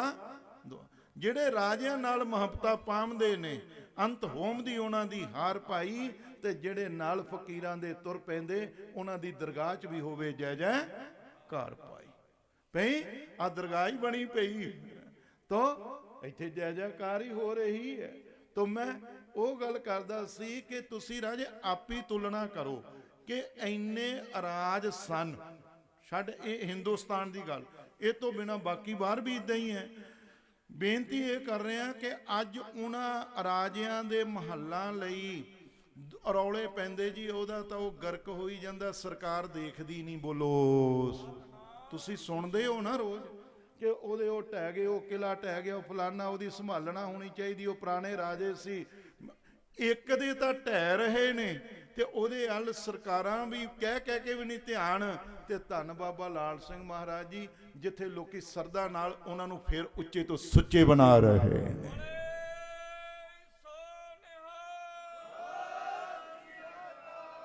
ਇਕਨਾਂ ਦੇ ਮਹੱਲ ਢਹਿ ਰਹੇ ਨੇ ਤੇ ਉਧਰ ਕਿਸੇ ਦਾ ਖਿਆਲ ਨਹੀਂ ਹੋ ਰਿਹਾ, ਤੇ ਇਕਨਾਂ ਦੇ ਉਹ ਚਲੇ ਗਏ ਦੁਨੀਆ ਤੋਂ, ਦੋਨੇ ਹੀ ਚਲੇ ਗਏ। ਇੱਕ ਫਕੀਰ ਵੀ ਗਿਆ ਹੈ, ਪਰ ਇੱਕ ਦੀ ਕੀਤੀ ਕਮਾਈ ਤੇ ਅਸਾਰੀਆਂ ਦਿਨੋਂ ਦਿਨ ਹੋ ਰਹੀਆਂ ਨੇ, ਤੇ ਇੱਕ ਦੀਆਂ ਇੱਟਾਂ ਖਿੱਲਰ ਰਹੀਆਂ ਨੇ ਤੇ ਉਹ ਖਰਾਬ ਹੋ ਰਹੇ ਨੇ। ਮੈਂ ਤਾਂ ਸੀ ਰਾਜੇ ਕਿ ਰੱਬ ਦੀ ਬੰਦਗੀ ਕਰਨ ਦਾ ਫਾਇਦਾ ਕੀ ਹੈ? ਤੁਹਾਡੀ ਯਾਦ ਦੁਨੀਆ ਦੇ ਵਿੱਚ ਜਿਨ੍ਹਾਂ ਦਿਲਾਂ ਦੇ ਵਿੱਚ ਉਹ ਸਾਹਮਣੇ ਆ, ਤੁਸੀਂ ਆ ਜਿਹੜਾ ਹੁਣ ਸਾਹਮਣੇ ਉਛਰ ਰਿਹਾ ਮਹੱਲ, ਮੈਂ ਉਦੋਂ ਵੀ ਬੋਲਿਆ ਸੀ, ਅਸੀਂ ਤੁਹਾਡਾ ਕਿਸੇ ਦਾ ਬਹੁਤਾ ਜ਼ੋਰ ਨਹੀਂ ਲਵਾਉਣਾ ਜੀ, ਬਹੁਤਾ ਜ਼ੋਰ ਨਹੀਂ ਲਵਾਉਣਾ। ਕਿ ਅਸੀਂ ਇਹ ਨਹੀਂ ਕਹਿਣਾ ਕਿ ਇੱਥੇ ਭਾਈ 2-2 ਲੱਖ ਦੀ ਪਰਚੀ ਕਟਾਓ ਨਾ, ਪਰ ਇੰਨਾ ਵੀ ਨਾ ਗਿਰ ਜਾਇਓ ਕਿ ਅਸੀਂ ਉਹਨਾਂ ਦੇ ਕੀ ਹੈ ਸੇਵਕ ਹਾਂ। ਸਿਰਫ ਇੰਨੀ ਕੀ ਗੱਲ ਕਰਨੀ, ਤੁਸੀਂ ਇੱਥੇ ਬੈਠੇ ਹੋ ਨਾ, ਕਿੰਨੀ ਜਗ੍ਹਾ ਮੱਲੀ ਮੈਨੂੰ ਦੱਸੋ? ਫੁੱਟ ਜਾਂ 1.5 ਫੁੱਟ ਇੰਨੀ ਮੱਲੀ ਹੈ ਨਾ। ਕਿ ਮੈਨੂੰ ਇੰਨਾ ਦੱਸੋ, ਜਿੰਨੇ ਤੁਸੀਂ ਸਿੱਖ ਬੈਠੇ ਹੋ, ਕਿ ਤੁਸੀਂ 1.5 ਫੁੱਟ 'ਚ ਜਿੰਨਾ ਕੁ ਮਟੀਰੀਅਲ ਪੈਣਾ ਉਹਨਾਂ ਤਾਂ ਦੇ ਸਕਦੇ ਹੋ? ਬੋਲੋ। ਬਹੁਤਾ ਨਹੀਂ ਅਸੀਂ ਤੁਹਾਡੇ ਤੋਂ ਮੰਗਣਾ ਭਾਈ, ਕਿਸੇ ਤੋਂ ਵੀ। ਕਿੰਨਾ ਕਿਹਾ ਹੈ? ਜਿੰਨੀ ਜਗ੍ਹਾ 'ਚ ਤੁਸੀਂ ਬੈਠੇ ਆ, ਤੇ ਉਹ ਇੰਨਾ ਹੀ ਉਹ ਹਾਲ ਹੈ ਅਜੇ ਸੰਗਤ ਆ ਥੱਲੇ ਵੀ ਬੈਠੀ ਆ ਤਾਂ ਮੈਂ ਉੱਪਰਲਿਆਂ ਦੀ ਅਜੇ ਗੱਲ ਕੀਤੀ ਹੈ, ਪਰੇ ਵੀ ਖੜੀ ਹੈ, ਸੜਕਾਂ ਤੇ ਵੀ ਖੜੀ ਹੈ, ਸਾਰੀ ਤੇ ਇੱਥੇ ਆਈ ਨਹੀਂ ਹੈ ਨਾ ਜੀ। ਸਿਰਫ ਕਿੰਨੀ ਤੁਸੀਂ ਮੈਨੂੰ ਦੱਸੋ ਵੀ 1.5 ਫੁੱਟ ਥਾਂ ਦੇ ਵਿੱਚ ਲੈਂਟਰ ਪਾਉਣਾ, ਉਹ 'ਚ 1.5 ਇੰਨੇ ਥਾਂ ਦੇ ਵਿੱਚ ਇੰਨਾ ਹੋ ਗਿਆ ਨਾ 1.5 ਫੁੱਟ ਪਈ, 1.5 ਬਾਈ 1.5 ਦੇ ਵਿੱਚ ਮੈਨੂੰ ਦੱਸੋ ਕਿੰਨਾ ਸਰੀਆ ਤੇ ਕਿੰਨਾ ਕੁ ਸੀਮਟ ਤੇ ਕਿੰਨੀ ਕੁ ਰੇਤਾ ਬੱਜਰੀ ਪੈ ਜਾਣੀ ਜੀ। ਹਾਂਜੀ ਗੱਲ ਹੁੰਦੀ ਰਾਜੇ, ਤਾਂ ਕਹਿੰਦੇ ਕਿ ਸੰਗਤ ਉਸ ਅਕਾਲ ਪੁਰਖ ਦਾ ਵਿਰਾਟ ਰੂਪ ਹੈ। ਕੀ ਆ ਉਹਦਾ? ਵਿਰਾਟ ਰੂਪ ਹੈ, ਸੰਗਤ ਹੈ ਜਿਹੜੀ, ਹੈ ਨਾ ਜੀ। ਤੇ ਜੇ ਇਹ ਇੰਨਾ ਵੀ ਇਹ ਕਰਦੀ ਹੈ ਤੇ ਬਹੁਤਾ ਜ਼ੋਰ ਲਾਉਣ ਦੀ ਨਹੀਂ ਲੋੜ। ਉਹ ਇਹ ਤਾਂ ਸਾਰਿਆਂ ਦਾ ਉੱਤੇ ਪੈਣਾ ਹੀ ਨਹੀਂ ਹੈ, ਇੰਨੇ ਨਾਲ ਤਾਂ ਸਾਡਾ ਥੱਲੇ ਵਾਲਾ ਵੀ ਸਾਰਾ ਕੁਝ ਟੈਲਾਂ ਲੱਗ ਜਾਣੀਆਂ ਜੇ ਬੋਲੋ, ਕਿਉਂਕਿ ਇਹਨਾਂ ਦੇ ਉੱਤੇ ਜਗ੍ਹਾ ਨਹੀਂ ਹੈ ਕਿ ਜਿੰਨੀ ਸੰਗਤ ਹੈ ਭਾਈ, ਹੈ ਨਾ ਜੀ। ਇਸ ਕਰਕੇ ਰਾਜੇ ਤੁਸੀਂ ਇਹ ਨਾ ਕਰੋ, ਤੁਸੀਂ ਬਹੁਤ ਵੱਡੀ ਤਾਕਤ ਹੋ। ਤੁਸੀਂ ਕੀ ਹੋ? ਬਹੁਤ ਵੱਡੀ ਤਾਕਤ ਹੋ। ਤੇ ਸਤਿਗੁਰੂ ਮਹਾਰਾਜ ਜੀ ਤੁਹਾਡੇ ਸਾਰਿਆਂ ਦੇ ਉੱਤੇ ਕਿਰਪਾ ਕਰਨ, ਮਿਹਰ ਕਰਨ। ਮੈਂ ਇਹ ਸੀ ਥੋੜਾ ਜਿਹਾ। ਤੇ ਦੂਜਾ ਦੇਖੋ, ਜਿੱਥੇ ਇਹ ਜਿਹੜੀ ਸੇਵਾ ਕੀਤੀ ਹੈ ਮਹਾਂਪੁਰਖਾਂ ਦੀ, ਇਹ ਕਿੱਥੇ ਤੁਸੀਂ ਲਾ ਰਹੇ ਹੋ? ਗੁਰੂ ਨਾਨਕ ਦਾ ਘਰ ਜਾਣ ਕੇ ਲਾ ਰਹੇ ਨਾ। ਉਹਨਾਂ ਨੇ ਆਪਣਾ ਆਪ ਕਿਹਨੂੰ ਅਰਪਣ ਕੀਤਾ ਹੈ? ਸਤਿਗੁਰਾਂ ਨੂੰ ਕਰ ਦਿੱਤਾ। ਉਹ ਹਰ ਇੱਕ ਆਉਣ ਵਾਲਾ ਉਹਨਾਂ ਦਾ ਸਵਾਸ ਉਹਨਾਂ ਦੀ ਯਾਦ ਵਿੱਚ ਜਾਂਦਾ ਸੀਗਾ, ਹਰ ਸਵਾਸ ਉਹਨਾਂ ਦੀ ਯਾਦ ਵਿੱਚ ਜਾਂਦਾ ਸੀ ਕਿ ਊਠਤ ਬੈਠ ਸੋਵਤ ਨਾਮ ਕਹੋ ਨਾਨਕ ਜਨ ਕੇ ਸਦ ਕਾਮ, ਬੋਲੋ ਜਸ ਜੇਬਾ ਦਿਨ ਰਾਤ ਪ੍ਰਭ ਆਪਣੇ ਜਨ ਕੀਨੀ, ਦਾਤ करे भगत आत्म के चाहे प्रभ अपने स्यों रहे समाये, जो हुआ होवत सो जाने प्रभ अपने का हुक्म पछाने, तिसकी महिमा कौन बखानू तिसका गुण कह एक न जानो, आठ पैर प्रभ बसे हजूरे कहो नानक सही जन पूरे। ਤੇ ਉਹਨਾਂ ਲਈ ਅੱਗੇ ਕੀ ਲਿਖਿਆ? ਮਹਾਰਾਜ ਕਹਿੰਦੇ ਮਨ ਮੇਰੇ ਤਿੰਨ ਕੀ ਓਟ ਲੈ, ਮਨ ਤਨ ਆਪਣਾ ਤਿੰਨ ਜਨ ਦੇ। ਮਨ ਮੇਰੇ ਤਿੰਨ ਕੀ ਓਟ ਲੈ, ਮਨ ਤਨ ਆਪਣਾ ਤਿੰਨ ਜਨ ਦੇ। ਜਿਨ ਜਨ ਆਪਣਾ ਪ੍ਰਭੂ ਪਛਾਤਾ, ਸੋ ਜਨ ਸਰਬ ਥੋਕਾ ਦਾਤਾ, ਸੋ ਜਨ ਸਰਬ ਥੋਕਾ ਦਾਤਾ। ਤਿਸਕੀ ਸਰਨ ਸਰਬ ਸੁਖ ਪਾਵੇ, ਤਿਸਕੇ ਦਰਸ ਸਭ ਪਾਪ ਮਟਾਵੇ, ਆਵਣ ਜਾਣ ਨਾ ਹੋਵੀ ਤੇਰਾ, ਨਾਨਕ ਤਿਸ ਜਨ ਕੇ ਪੂਜੋ ਸਦ ਪੈਰਾ। ਦੱਸੋ ਉਹਨਾਂ ਦੇ ਇਹ ਕੀਤਾ ਹੋਇਆ ਰਾਜੇ। ਮੈਂ ਕੋਈ ਕਥਾ ਨਹੀਂ, ਬਾਣੀ ਦੇ ਸ਼ਬਦਾਂ ਨਾਲ ਹੀ ਸ਼ਮਾ ਹੋ ਗਿਆ ਹੈ, ਕਾਫੀ ਹੋ ਗਿਆ ਹੈ ਟਾਈਮ। ਘੰਟੇ ਤੋਂ ਵੱਧ ਹੀ ਮੇਰੇ ਖਿਆਲ ਹੋ ਚੱਲਿਆ ਲੱਗਿਆ ਹੋਇਆ, ਪਤਾ ਹੀ ਨਹੀਂ ਲੱਗਦਾ ਕਿ ਟਾਈਮ ਲੰਘ ਕਦ ਜਾਂਦਾ ਹੈ, ਕਿ ਇਹ ਚੀਜ਼ ਦਾ ਪਤਾ ਹੀ ਨਹੀਂ। ਸ਼ੁਰੂ ਤਾਂ ਕੀਤਾ ਸੀਗਾ ਥੋੜਾ ਜਿਹਾ ਧਿਆਨ ਸ਼ਬਦ ਤੋਂ, ਕਿ ਧਿਆਤਾ ਧਿਆਨ ਤੇ ਉਹਦੇ ਉੱਤੇ ਅਜੇ ਜਾਣਾ ਸੀ, ਕਿਉਂਕਿ ਧਿਆਨ ਜਿਹੜੀ ਵਸਤੂ ਆ ਇਹ ਯੋਗ ਦਾ 7ਵਾਂ ਅੰਗ ਹੈ। ਪਹਿਲਾ ਅੰਗ ਹੈ ਯਮ। ਜਮ ਨਹੀਂ ਕਹਿਣਾ, ਜਮ ਉਹ ਦੂਜੇ ਹੁੰਦੇ, ਪੋਲਾ ਜਿਹਾ ਕਹਿਣਾ ਹੈ ਯਮ ਸ਼ਬਦ। ਅੱਜ ਵੀ ਉੱਥੇ ਗੁਰਦੁਆਰਾ ਸਾਹਿਬ ਉੱਥੇ ਬੋਲਦਿਆਂ ਹੋਏ ਆ ਕਿ ਹਾਂ ਅੱਜ ਮਾਗੀ ਦਾ ਵੀ ਦੇਣਾ ਹੈ, ਤਾਂ ਉੱਥੇ ਬੋਲ ਕੇ ਸੁਣਿਆ ਮੰਨਿਆ ਮਨ। ਅਸੀਂ ਕੀ ਹਰ ਸ਼ਬਦ ਤੇ ਭਾਰ, ਮੈਂ ਕਿਹਾ ਮਨ ਨਾ ਭਾਈ ਕਹੋ, ਮਨ ਪੋਲਾ ਜਿਹਾ ਕਹੋ। ਮੰਮਾ ਤੇ ਨੰਨੇ ਨੂੰ ਸਿਆਰੀ ਜੇ ਮੰਮੇ ਤੇ ਟਿੱਪੀ ਹੁੰਦੀ ਫੇਰ ਕਹਿਣਾ ਸੀਗਾ ਮਨ, ਹੈ ਨਾ ਜੀ। ਇੱਕ ਮਨ ਦਾ ਹੁੰਦਾ ਮੰਨਣਾ, ਤੇ ਇੱਕ ਮਨ ਪੋਲਾ ਕਹਿਤਾ ਜਿਹੜਾ ਸਾਡਾ ਮਨ ਹੈ ਨਾ। ਸੁਣਿਆ ਮੰਨਿਆ ਮਨ ਕੀਤਾ। ਇਦਾਂ ਹੀ ਜਿੱਦਾਂ ਤੁਸੀਂ ਕਹਿੰਦੇ ਜੇ ਕੋ ਮਨ ਜਾਣਾ, ਤੇ ਫਿਰ ਦੂਜੀ ਵਾਰੀ ਵੀ ਕਹਿੰਦੇ ਮਨ ਕੋਈ। ਉਹ ਪਹਿਲੇ ਵਾਲੇ ਤੇ ਟਿੱਪੀ ਪਈ ਹੈ, ਦੂਜਾ ਬਿਨਾਂ ਟਿੱਪੀ ਤੋਂ ਹੈ। ਬੋਲੋ। ਇਹ ਤਾਂ ਇਹਦੀ ਕਹਿ ਦਿੰਦੇ ਜੀ ਸੰਥਿਆ ਦੀ ਕੀ ਲੋੜ ਹੈ। ਇਹ ਸੰਥਿਆ ਦੀ ਲੋੜ ਹੈ ਭਾਈ, ਨਹੀਂ ਤਾਂ ਸਾਨੂੰ ਪਤਾ ਨਹੀਂ ਲੱਗਣਾ ਹੈ। ਜੇ ਕੋ ਮਨ ਜਾਣਾ ਮਨ ਕੋਏ, ਫਿਰ ਪੋਲਾ ਵੀ ਕਰਨਾ ਇਹ ਸ਼ਬਦ ਨੂੰ ਭਾਈ, ਠੀਕ ਹੈ ਨਾ।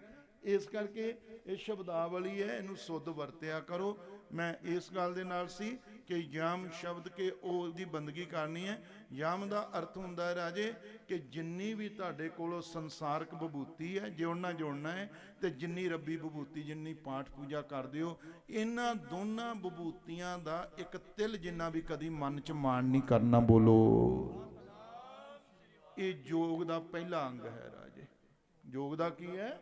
ਪਹਿਲਾ। ਹੁਣ ਯਮ ਕਹਿੰਦੇ, ਦੂਜਾ ਨੇਮ ਹੁੰਦਾ ਹੈ, ਤੀਜਾ ਅਕਾਂਦੇਸ਼ ਹੁੰਦਾ, ਚੌਥਾ ਆਸਣ ਹੁੰਦਾ, ਪੰਜਵਾਂ ਪ੍ਰਾਣਾਯਾਮ ਹੁੰਦਾ ਹੈ, ਤੇ ਛੇਵਾਂ ਧਾਰਨਾ, ਤੇ ਸੱਤਵਾਂ ਧਿਆਨ, ਜਿੱਥੋਂ ਅਸੀਂ ਕਥਾ ਆਰੰਭ ਕੀਤੀ ਸੀ, ਤੇ 8ਵਾਂ ਸਮਾਧੀ ਹੁੰਦੀ ਹੈ। ਬੋਲੋ। 8ਵਾਂ समाधि होंदी है।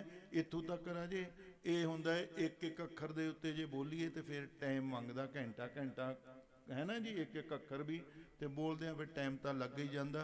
तो बैठण दे वास्ते राजे मैं बोलिया सी सिखो बैठण वास्ते भी 6 चीज़ों की लोड़ पैंदी हुंदी है।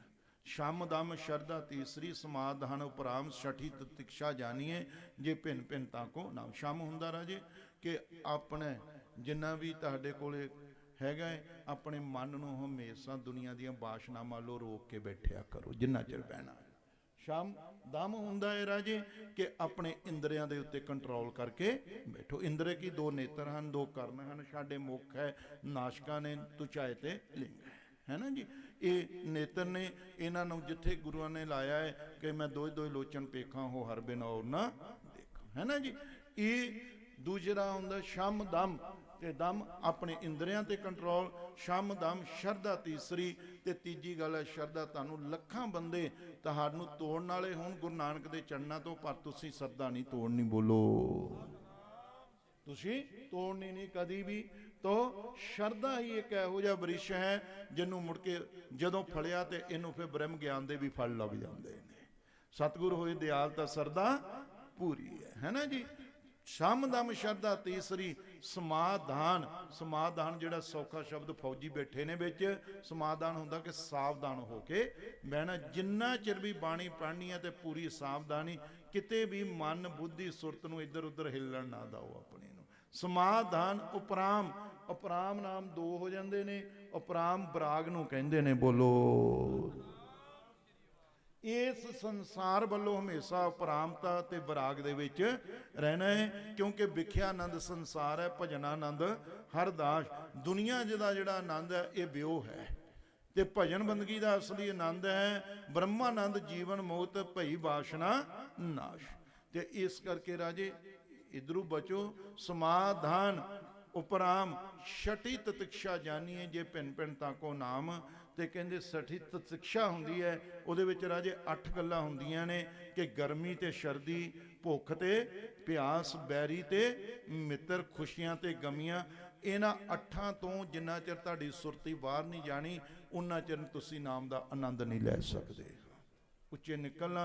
मैं अखीर दे उत्ते इक्को ही बेनती करना है कि हाँ जो साडा संघर्ष दिल्ली दे विच चल रहा है, जो संघर्ष दिल्ली दे विच साडा चल रहा है, मैं पहली गल तो वो जिहड़ा संघर्ष साडा चलदा है ना उहनूं आपां सिजदा करदे हां ते नमस्कार करदे हां।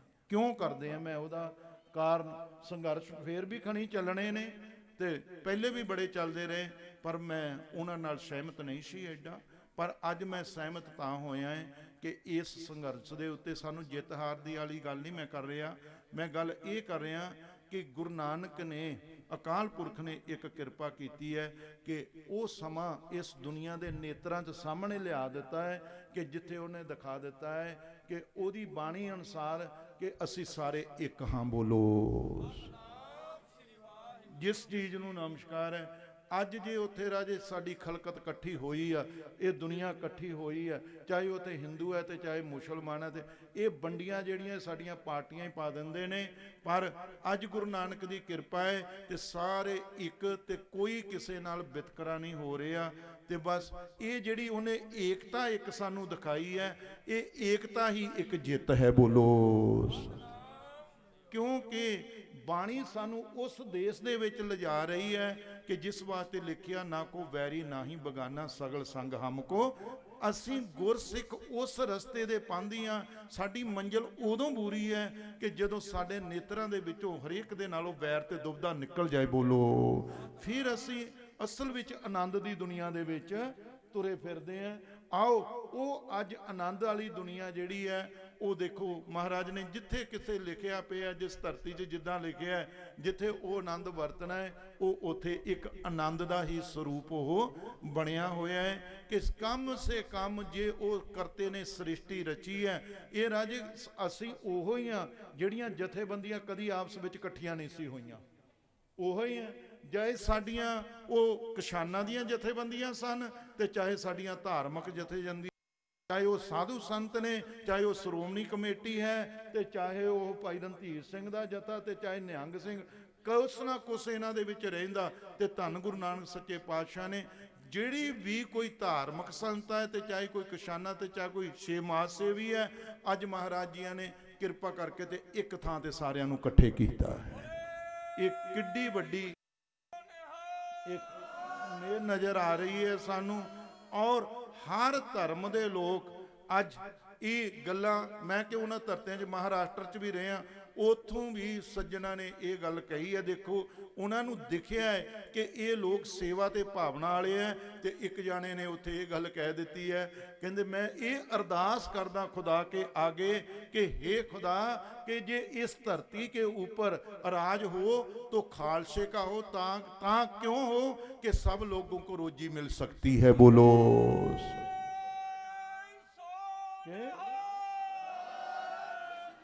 क्योंकि अज उत्थे बिना वितकरे तो हर एक नूं लंगर मिल रहा। ये नहीं पुछया जाता कि तू संघर्ष च है या नहीं है, ਇਹਦੇ ਨਾਲ ਕੋਈ ਮਤਲਬ ਨਹੀਂ ਹੈ। ਮੈਂ ਇਸ ਕਰਕੇ ਸਤਿਗੁਰੂ ਸੱਚੇ ਪਾਤਸ਼ਾਹ ਪਿੱਛੇ ਉੱਥੇ ਵੀ ਮੰਚਪੁਰ ਗੁਰੂ ਗੋਬਿੰਦ ਸਿੰਘ ਪਾਤਸ਼ਾਹ ਜੀਆਂ ਦਾ ਸਮਾਗਮ ਸੀ, ਇਸੇ ਦੇ ਪ੍ਰਤਾਏ ਉੱਥੇ 1.25 ਲੱਖ ਸ੍ਰੀ ਜਪਜੀ ਸਾਹਿਬ ਜੀਆਂ ਦੇ ਪਾਠਾਂ ਦੇ ਵੀ ਭੋਗ ਪਏ ਸਨ। ਕਿ ਮਹਾਰਾਜ ਮਿਹਰ ਰੱਖਿਓ ਸੱਚੇ ਪਾਤਸ਼ਾਹ। ਮੈਂ ਜਿੰਨੇ ਵੀ ਆਪਣੇ ਵੀਰ ਜਾਣੇ ਆ, ਮੈਂ ਤੁਹਾਨੂੰ ਅਖੀਰ ਤੇ ਇੱਕ ਉੱਥੋਂ ਦੀ ਗੱਲ ਇਹ ਜ਼ਰੂਰ ਕਹਿ ਦਿੰਦਾ, ਤੁਸੀਂ ਨਿਮਰਤਾ, ਸ਼ਾਂਤੀ ਜਿਹੜਾ ਹੈ, ਠੀਕ ਹੈ ਨਾ ਜੀ, ਸ਼ਿਦਕ ਤੇ ਸਬਰ, ਇਹਨੂੰ ਕਾਇਮ ਰੱਖਿਓ। ਇਹ ਤੋਂ ਵੱਡੀ ਕੋਈ ਤਲਵਾਰ ਨਹੀਂ ਹੈ ਦੁਸ਼ਮਣ ਨੂੰ ਕੱਟਣ ਵਾਲੀ। ਬੋਲੋ ਜਿਸ ਦਿਨ ਸਾਡੀ ਸ਼ਾਂਤੀ ਭੰਗ ਹੋਊਗੀ ਉਦੋਂ ਸਾਡੇ ਹਥਿਆਰ ਖੁੰਡੇ ਹੋਣੇ, ਨਹੀਂ ਤੇ ਉਹਨਾਂ ਦਾ ਕੋਈ ਹਥਿਆਰ ਸਾਡੇ ਉੱਤੇ ਚਲੇ ਨਹੀਂ ਸਕਦਾ ਹੈ। ਦੇ ਉੱਤੇ ਤੁਸੀਂ ਕੀ ਚਲਾ ਦੋਗੇ, ਸੰਤੋਖ ਤੇ ਕੀ ਚਲਾ ਦੋਗੇ, ਨਿਮਰਤਾ ਦੇ ਉੱਤੇ ਤੁਸੀਂ ਕੀ ਚਲਾ ਦੋਗੇ ਤੁਸੀਂ। ਮੈਂ ਇੱਕ ਗੱਲ ਬੋਲ ਦਿੰਦਾ ਹੈ ਕਿ ਆਬਦ ਕਟਿਓ ਨਾ ਜਾਤ, ਪ੍ਰੇਮ ਰਸ ਚਰਨ ਕਮਲ ਸੰਗ।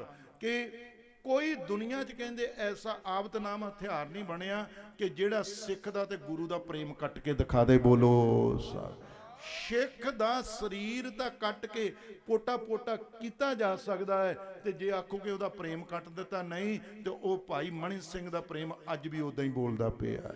ਭਾਈ ਮਤੀ ਦਾਸ ਦਾ, ਭਾਈ ਸਤੀ ਦਾਸ ਜੀਆਂ ਦਾ ਪ੍ਰੇਮ ਪਈ ਉੱਥੇ ਤਾਂ ਉੱਥੇ ਆਖਿਆ ਕਿ ਦੇਖੋ ਕਿ ਸਾਨੂੰ ਕਿਸੇ ਸਬਰ ਵਾਲੇ ਨੇ, ਸੰਤੋਖ ਵਾਲੇ ਨੇ ਕੀ ਕੀਤਾ ਸੀ ਕਿ ਕਿਸੇ ਪਈ ਸਾਨੂੰ ਕਿੱਥੇ, ਲਾਹੌਰ ਦੀ ਧਰਤੀ ਦੇ ਹੈ ਨਾ ਜੀ, ਤੇ ਕਿਸੇ ਸਤਿਗੁਰਾਂ ਨੇ ਪਾਣੀ ਦੇ ਵਿੱਚ ਉਬਲ ਕੇ ਤੇ ਤੱਤੀਆਂ ਰੇਤਾਂ ਦੇ ਉੱਤੇ ਬੈਠ ਕੇ ਸਾਨੂੰ ਦੱਸੀ ਸੀ ਕਰਨੀ ਸਬਰ ਦੀ ਜੰਗ। ਤੇ ਕਿਸੇ ਮਰਜੀ ਬੜੇ ਗੁਰੂ ਨੇ ਦਿੱਲੀ ਦੇ ਵਿੱਚ ਸ਼ਹੀਦ ਹੋ ਕੇ ਤੇ ਸਾਨੂੰ ਦੱਸਿਆ ਸੀ ਜਿਉਣ ਦਾ ਢੰਗ, ਕਿ ਕਿੱਦਾਂ ਇਹ ਜ਼ਿੰਦਗੀ ਬਤੀਤ ਕਰ। ਉਹਨਾਂ ਨੇ ਸ਼ਬਰ ਦੇ ਨਾਲ ਅੱਜ ਉਹ ਉਹਨਾਂ ਦਾ ਸਬਰ ਸਾਰੇ ਹੀ ਦੁਨੀਆ ਦੇ ਉੱਤੇ ਅੱਜ ਸਾਰਾ ਇਹ ਕਹਿ ਰਿਹਾ, ਸਾਡੀ ਲੜਾਈ ਸਿਰਫ ਕੱਲੀ ਰਾਜੇ ਦਿੱਲੀ ਸਰਕਾਰ ਤੱਕ ਨਹੀਂ ਹੈ। ਅੱਜ ਜੇ ਅਸੀਂ ਸਬਰ ਹੈ ਤੇ ਸਾਡਾ ਜਿਹੜਾ ਜਸ ਹੈ ਆਲ ਵੱਡ ਚ ਹੋ ਰਿਹਾ। ਬੋਲੋ ਅਸੀਂ ਜੇ ਆਪਣੀ ਆਵਾਜ਼ ਸਾਡੀ ਅੱਜ ਜਾ ਰਹੀ ਹੈ ਤੇ ਆਲ ਵੱਡ ਦੇ ਵਿੱਚ ਸਾਡੀ ਆਵਾਜ਼ ਘੁੰਮ ਰਹੀ ਹੈ ਕਿ ਦੇਖੋ ਕਿੰਨੇ ਸਬਰ, ਸੰਤੋਖ ਤੇ ਡਾਂਗਾ ਤੇ ਪਾਣੀ ਦੀਆਂ ਬਾਸ਼ਣਾ ਖਾ ਕੇ ਸਿੱਖ ਉੱਥੇ ਬੈਠੇ ਜੇ ਪਈ। ਇਹ ਗੱਲ ਸਾਡਾ ਕੀ ਹੈ, ਉਹਨਾਂ ਦਾ ਹਥਿਆਰ ਤਾਂ 2 ਮਿੰਟ ਚੱਲਿਆ ਹੈ, ਪਰ ਸਾਡਾ ਹਥਿਆਰ ਸਾਰੀ ਜ਼ਿੰਦਗੀ ਲਈ ਇਹ ਚੱਲਦਾ ਰਹਿਣਾ ਹੈ। ਇਹ ਇਤਿਹਾਸ ਇੱਕ ਨਵਾਂ ਲਿਖਿਆ ਜਾ ਰਿਹਾ। ਮੈਂ ਇੱਧਰ ਨੂੰ ਜ਼ਿਆਦਾ ਹੁਣ ਨਹੀਂ, ਸਮਾਂ ਹੋ ਚੁੱਕਿਆ ਹੈ, ਬੋਲਣ ਨੂੰ ਤਾਂ ਬਹੁਤ ਕੁਛ ਹੈ ਕਿ ਜਿੰਨਾ ਮਰਜ਼ੀ ਬੋਲੀ ਜਾਈਏ, ਕਿਉਂਕਿ ਇਹ ਫਕੀਰੀ ਵਾਲੇ ਕਿਉਂ ਮੁਰਸ਼ਿਦਾਂ ਤੋਂ ਸਿੱਖੇ। ਕਹਿੰਦੇ ਹੁਣ ਆ ਬਸਤਰ ਹੀ ਆ ਫਕੀਰਾਂ ਵਾਲੇ ਪਾਏ ਹੋਏ ਨੇ, ਸਾਰਾ ਕੁਛ ਹੀ ਆ ਫੌਜ ਦੇ ਚਾਈਨਾ ਬਾਰਡਰ ਤੇ ਵੀ ਰਹਿ ਕੇ ਦੇਖ ਲਿਆ, ਪੁੰਛ ਰਜੌਰੀ ਵੀ ਦੇਖ ਲਿਆ, ਸਾਰਾ ਕੁਛ ਫੌਜ ਦੀ ਵੀ ਨੌਕਰੀ ਕੀਤੀ ਹੈ, ਇਹ ਠਾ ਠੁੱਕ ਵੀ ਸਾਰੇ ਕੀਤੇ ਹੋਏ ਹਨ। ਭਈ ਬਸ ਜਬ ਆਪ ਕੀ ਉਹ ਨਿਦਾਨ ਬਣੇ ਅਤ ਵੀ ਰਨ ਮੇ ਤਬ ਜੂਝ ਮਰੋ। ਭਈ ਬਸ ਪਰ ਅੱਜ ਤੁਹਾਨੂੰ ਲੋੜ ਹੈ ਕਾਦੀ, ਉਹ ਯੁੱਧ ਸਤਿਗੁਰਾਂ ਨੇ ਬਹੁਤ ਲੜ ਦਿੱਤੇ ਨੇ, ਤੁਹਾਡੇ ਲਈ ਇੱਕ ਯੁੱਧ ਛੱਡ ਦਿੱਤਾ, ਉਹਨੂੰ ਹੈ ਅਧਿਆਤਮਿਕ ਯੁੱਧ। ਬੋਲੋ रोज लड़ना जे तुसी ओह युद्ध पई ओनू लिखिया बाणे धन जीओ तैं को जग में मुक्ते हर जिद में युद्ध विचारे रोज युद्ध दी विचार करनी दे अनित ना नित रहे जस नाव चढ़े भव सागर तारे। ये भौजल सागर तो जिहड़ा पार होना यही युद्ध महापुरखों ने इस भूमि दे विच रचाया है ते उन्हां दा हुक्म है कि जस नाव चढ़े। नाव नाम राजे बेड़ी नूं कहंदे है ते महापुरखों ने की आख्या कि नाम दी बेड़ी दे उत्ते चढ़ जावो ते भौजल तो पार जे। बोलो जस नाव चढ़े भव सागर तारे धीरज धाम बनाए एहो तन। कहंदे इनू धीरज दा धाम बना लो अपने तन नूं भाई। धीरज धाम बनाए एहो तन बोसो दीपक ज्यों उजियारे ते बुद्धि जिदा दीवा जगदा है ते इदां तुहाडे अंदर ज्ञान होना चाहिए है। जिन्हों भी कटना तो ज्ञान की तलवार ना कटो। बोलो सच भाई वो जिहड़ी दूजी तलवार है ਉਹਦੇ ਨਾਲ ਤੁਸੀਂ ਇੱਕ ਦਾ ਸਿਰ ਵੱਢ ਸਕਦੇ ਹੋ ਦੋਹਾਂ ਦਾ ਵੱਢ ਸਕਦੇ ਹੋ ਲੇਕਿन ਗਿਆਨ ਦੀ ਤਲਵਾਰ ਨਾਲ ਤੁਸੀਂ ਲੱਖਾਂ ਨੂੰ ਕਤਲ ਕਰ ਸਕਦੇ ਹੋ। ਬੋਲੋ ਤੁਹਾਨੂੰ ਗਿਆਨ ਦੀ ਲੋੜ ਹੈ ਭਈ ਤੇ ਇਸ ਕਰਕੇ ਕੀ ਹੈ ਬੋਸੋ ਦੀਪਕ ਜਿਉਂ ਉਜਿਆਰੇ। ਕਹਿੰਦੇ ਗਿਆਨੀ ਕੀ ਵੱਢਣੀ ਮਨੋਂ ਹਾਥ ਲੈ। ਜਿਲੇ ਸਵੇਰੇ ਉੱਠਦੇ ਉਹਨੇ ਵੱਢਣੀ ਕਹਿੰਦੇ ਨੇ ਝਾੜੂ ਨੂੰ ਤੇ ਕਹਿੰਦੇ ਗਿਆਨੇ ਕੀ ਵੱਢਣੀ ਮਨੋਂ। ਮਨੋਂ ਨਾ ਮੰਨਦਾ ਹੈ ਤੇ ਨਾਲ ਲਿਖਿਆ ਹੱਥ। ਕਹਿੰਦੇ ਮਨ ਰੂਪੀ ਹੱਥ ਨਾ ਸਵੇਰੇ ਉੱਠ ਕੇ ਤੇ ਗਿਆਨ ਦੀ ਗੁਰੂ ਦੇ ਦੀ ਵੱਢਣੀ ਝਾੜੂ ਵੜ ਕੇ ਤੇ ਕਾਤਰਤਾ ਕੁਤਵਾਰ ਬਹਾਰੇ ਤੇ ਸਾਰੀ ਕਾਤਰਤਾ ਪਹਿਲੇ ਸਵੇਰੇ ਆਪਣੇ ਆਪਣੇ ਘਰ ਹਿਰਦੇ ਦੇ ਵਿੱਚੋਂ ਬਾਹਰ ਝਾੜ ਦਿਆ ਕਰੋ। ਬੋਲੋ ਕਾਤਰਤਾ ਕੁਤਵਾਰ ਬਹਾਰੇ। ਇਸ ਕਰਕੇ ਰਾਜੇ ਪਿਆਰ ਦੇ ਨਾਲ ਨਾਮ ਜਪੋ ਸਿਮਰਨ ਕਰੋ ਤਾਂ ਜੋ ਬਿਲਡਿੰਗ ਚਾ ਬਣ ਰਹੀ ਹੈ ਇਹ ਤਾਂ ਜਿਹੜੀਆਂ ਹੁੰਦੀਆਂ ਨੇ ਇਹ ਮਹਾਂਪੁਰਖਾਂ ਦੀਆਂ ਕਮਾਈਆਂ ਕੀਤੀਆਂ ਹੁੰਦੀਆਂ ਨੇ। ਮੈਂ ਕਈ ਵਾਰੀ ਬੋਲ ਦਿੰਦਾ ਹੁਣ ਇਹ ਤਾਂ ਬਣੀਆਂ ਹੀ ਹੁੰਦੀਆਂ ਤਾਂ ਨੂੰ ਹੀ ਆਉਂਦੀਆਂ ਨੇ। ਬੋਲੋ ਇਹ ਤਾਂ ਬਣੇ ਤਾਂ ਹੁਣ ਹੀ ਆਉਂਦੀਆਂ ਦੇਖਦੀਆਂ ਨੇ ਵੀ ਆਹ ਹੋ ਗਈ ਹੈ ਸੱਤ ਪੈ ਗਈ ਹੈ। ਇਹ ਮਿਹਰ ਹੈ ਸਤਿਪੁਰਸ਼ਾਂ ਦੀ। ਉਹ ਤਾਂ ਉਹ ਨੇ ਕਿ ਦੇਖੋ ਹੈ ਨਾ ਜਿਨ੍ਹਾਂ ਵਾਸਤੇ ਲਿਖਿਆ ਜੇ ਕੋਈ ਚਾਰ ਪਦਾਰਥ ਮੰਗੇ ਸਾਧ ਜਣਾ ਕੀ ਧਰਮ ਅਰਥ ਕਾਮ ਤੇ ਮੋਖ ਚਾਰੇ ਪਦਾਰਥ ਨੇ ਉਹ ਤਾਂ ਵੰਡਦੇ ਫਿਰਦੇ ਨੇ ਭਾਈ। ਤਾਂ ਇਸ ਕਰ ਜੇ ਕੋ ਚਾਰ ਪਦਾਰਥ ਮੰਗੇ ਸਾਧ ਜਣਾ ਕੀ ਭਈ ਚਾਰ ਪਦਾਰਥ ਮਿਲਦੇ ਸੇਵਾ ਸੰਤਾਂ ਦੀ ਤੇ ਤੁਹਾਨੂੰ ਤੁਸੀਂ ਇੱਕ ਦੇਣਾ ਹੈ ਤੇ ਤੁਹਾਨੂੰ ਉਹਦੇ ਬਦਲੇ ਸੇਵਾ ਦੇ ਵਿੱਚ ਕਿੰਨੇ ਮਿਲਣੇ ਨੇ ਚਾਰ ਮਿਲਣੇ ਨੇ। ਤੁਸੀਂ ਤਾਂ ਇੱਕ ਚਾਰ ਇੱਟਾਂ ਬਜਰੀ ਦਾ ਬੋਰਾ ਦੇ ਦਿੱਤਾ ਸ਼ੀਮੜ ਦਾ ਬੋਰਾ ਦੇ ਦਿੱਤਾ। ਕਹਿੰਦੇ ਚਾਰ ਪਦਾਰਥ ਧਰਮ ਅਰਥ ਧਰਮ ਦੀ ਪਰਪੱਕਤਾ ਮਿਲ ਜਾਂਦੀ ਹੈ। ਅਰਥ ਆ ਜਿਹੜਾ ਤੁਸੀਂ ਕਰਨਾ ਦਾਨ ਪੁੰਨ ਇਹਦੀ ਘਾਟ ਨਹੀਂ ਆਉਂਦੀ ਮੁੜ ਕੇ। ਧਰਮ ਅਰਥ ਕਾਮ ਜੋ ਤੁਹਾਡੀ ਕਾਮਨਾ ਜੋ ਤੁਹਾਡੀ ਇੱਛਾ ਹੈ ਕਿ ਮੈਂ ਉਹਦੇ ਨਾਮ ਨਾਲ ਜੁੜਿਆ ਰਵਾਂ ਇਹ ਵੀ ਮਿਲ ਜਾਂਦਾ। ਧਰਮ ਅਰਥ ਕਾਮ ਅਖੀਰ ਨੂੰ ਇਹ ਕੀਤੀ ਸੇਵਾ ਦੀ ਕੀਮਤ ਕੀ ਪੈਣੀ ਹੈ ਮੋਖ। ਇਹ ਬਾਕੀ ਵੀ ਦੁਨੀਆ 'ਚ ਪੈਸਾ ਖਰਚ ਲੈਣਾ ਜਿਹੜਾ ਫਕੀਰ ਦੇ ਵਾਸਤੇ ਲਾ ਦੋਗੇ ਇਹ ਸੇਵਾ ਵੀ ਮੁਕਤੀ ਦਾ ਘਰ ਹੈ। ਬੋਲੋ ਇਹ ਸੇਵਾ ਵੀ ਧਰਮ ਅਰਥ ਕਾਮ ਤੇ ਮੋਖ ਚਾਰ ਪਦਾਰਥਾਂ ਦੀ ਗੱਲ ਹੈ। ਆਓ ਐਵੇਂ ਨਾ ਕਿਤੇ ਡੋਲ ਲਿਓ ਸੰਗਤੇ ਲਾਹਾ ਲੈ ਲਿਓ ਸੇਵਾ ਕਰਕੇ। ਗੁਰੂ ਨਾਨਕ ਆਪ ਜੀਆਂ ਦੇ ਉੱਤੇ ਬਖਸ਼ੇ ਕਰਨ ਆਪ ਜੀਆਂ ਦੇ ਮਨ ਉਹੋ ਜੇ ਬਣਾਉਣ। ਬਾਕੀ ਸਿਮਰਨ ਕਰਿਆ ਕਰੋ ਬੰਦਗੀ ਸਵੇਰੇ ਉੱਠ ਕੇ। ਸਤਿਗੁਰੂ ਮਹਾਰਾਜ ਜੀ ਮੈਂ ਕੱਲ ਵੀ ਇੱਕ ਧਾਰਨਾ ਉੱਥੇ ਪੜ੍ਹ ਦਿੱਤੀ ਸੀ ਕਿ ਮਰ ਜੇ ਉਹ ਸਿੱਖ। ਕਿਹੜਾ ਭਲਾ ਮਰ ਜੇ ਉਹ ਸਿੱਖ ਜਿਹਨੂੰ ਗੁਰਾਂ ਨਾਲ ਪਿਆਰ ਹੈ ਨਹੀਂ। ਭਈ ਮਰੇ ਉਹ ਸਿੱਖ ਜਿਹਨੂੰ ਗੁਰਾਂ ਨਾਲ ਪਿਆਰ ਹੈ ਨਹੀਂ। ਉਹ ਮਿਰਤਕ ਕਹੀਏ ਨਾਨਕਾ ਜੇ ਪ੍ਰੀਤ ਨਾਹੀ ਭਗਵੰਤ। ਉਹ ਸਿੱਖ ਕਾਹਦਾ ਹੈ ਜਿਹੜਾ ਸਵੇਰੇ ਉੱਠ ਕੇ ਪੰਜ ਬਾਣੀਆਂ ਨਿਤਨੇਮ ਨਹੀਂ ਕਰਦਾ ਸੁਖਮਣੀ ਨਹੀਂ ਕਰਦਾ ਜਿਹੜਾ ਦਿਨੇ ਲੋਕਾਂ ਦੀ ਚੁਗਲੀ ਨਿੰਦਿਆ ਛੱਡੋ ਸਵਾਸ ਲਾਉਣੇ ਆ ਤੇ ਕੀਮਤੀ ਸਾਥ ਸਾਥ ਸਿਮਰੋ ਗੋਬਿੰਦ। ਉਹਦਾ ਨਾਮ ਜਪੋ ਸਿਮਰਨ ਕਰੋ ਬੰਦਗੀ ਕਰੋ। ਮਹਾਰਾਜ ਤੁਹਾਡੇ ਸਾਰਿਆਂ ਦੇ ਬਾਕੀ ਔਰ ਵੀ ਸਾਡੇ ਵਿਦਵਾਨ ਸਤਿਪੁਰਸ਼ ਤਤਵੇ ਤੇ ਆਏ ਹੋਏ ਨੇ ਉਹ ਤੁਸੀਂ ਬੜੇ ਪਿਆਰ ਦੇ ਨਾਲ ਸਟੇਜ ਸੈਕਟਰੀ ਸਾਹਿਬ ਪਾਸੋਂ ਅਗਲਾ ਸਮਾਂ ਜੋ ਵੀ ਉਹਨਾਂ ਦਾ ਹੋਊਗਾ ਉਹ ਪ੍ਰੋਗਰਾਮ ਸ਼ਰਵਣ ਕਰਿਓ। ਸਾਰੀ ਸੰਗਤ ਜਸ ਸਰਵਣ ਕਰੋ ਸਤਿਗੁਰੂ ਮਹਾਰਾਜ ਜੀਆਂ ਦਾ। ਪਰ ਮੈਂ ਫਿਰ ਇਹੋ ਹੀ ਅਖੀਰ ਦੇ ਉੱਤੇ ਕਹਿਣਾ ਹੈ ਕਿ ਰਾਜੇ ਕੋਈ ਐਸਾ ਸਿੱਖ ਨਾ ਹੋਵੇ ਜਿਹੜਾ ਸਵੇਰੇ ਉੱਠ ਕੇ ਤੇ ਗੁਰੂ ਨਾਨਕ ਗੁਰੂ ਗੋਬਿੰਦ ਸਿੰਘ ਦਾ ਧਿਆਨ ਨਾ ਧਰਦਾ ਹੋਵੇ। ਹਰ ਗੁਰੂ ਕਾ ਸਿੱਖ ਉਸ ਪਵਿੱਤਰ ਜੋਤ ਦਾ ਜਿਨ੍ਹਾਂ ਨੇ ਉਸ ਅਕਾਲ ਪੁਰਖ ਨਿਰੰਕਾਰ ਦਾ ਪਵਿੱਤਰ ਸਰੂਪ ਸੱਚਖੰਡ ਵਿੱਚੋਂ ਲਾ ਕੇ ਤੇ ਤੁਹਾਨੂੰ ਦੇ ਦਿੱਤਾ ਜੇ। ਬੋਲੋ ਬਾਹੂ ਬਾਹੂ ਬਾਣੀ ਨਿਰੰਕਾਰ ਹੈ। ਉਹ ਕਿੱਡੀ ਵੱਡੀ, ਇੱਥੇ ਤਾਂ ਕਿਸੇ ਨੂੰ ਇੱਕ ਕੌਡੀ ਨਹੀਂ ਤੇ ਤੁਹਾਨੂੰ ਉਹਨਾਂ ਨੇ ਨਿਰੰਕਾਰ ਲਿਆ ਦਿੱਤਾ ਜੇ। ਤੇ ਹੁਣ ਤੁਸੀਂ ਫਿਰ ਉਹਨਾਂ ਦਾ ਧਿਆਨ ਧਰ ਕੇ ਬੈਠਿਆ ਕਰੋ। ਸਤਿਗੁਰੂ ਬਖਸ਼ਿਸ਼ ਕਰਨ, ਮਿਹਰ ਕਰਨ। ਬਾਕੀ ਅਗਲਾ ਜਿਹੜਾ ਪ੍ਰੋਗਰਾਮ ਹੈ ਉਹ ਤੁਸੀਂ ਸਟੇਜ ਸੈਕਟਰੀ ਸਾਹਿਬ ਪਾਸੋਂ ਬੜੇ ਪਿਆਰ ਦੇ ਨਾਲ ਚਲਾ ਰਹੇ ਨੇ, ਇਸ ਤਰ੍ਹਾਂ ਹੀ ਚੱਲਦਾ ਰਹਿਣਾ। ਉਹਨਾਂ ਕੋਲੋਂ ਤੁਸੀਂ ਸਰਵਣ ਕਰੋ। ਵਾਹਿਗੁਰੂ ਜੀ ਕਾ ਖਾਲਸਾ, ਵਾਹਿਗੁਰੂ ਜੀ ਕੀ ਫਤਿਹ।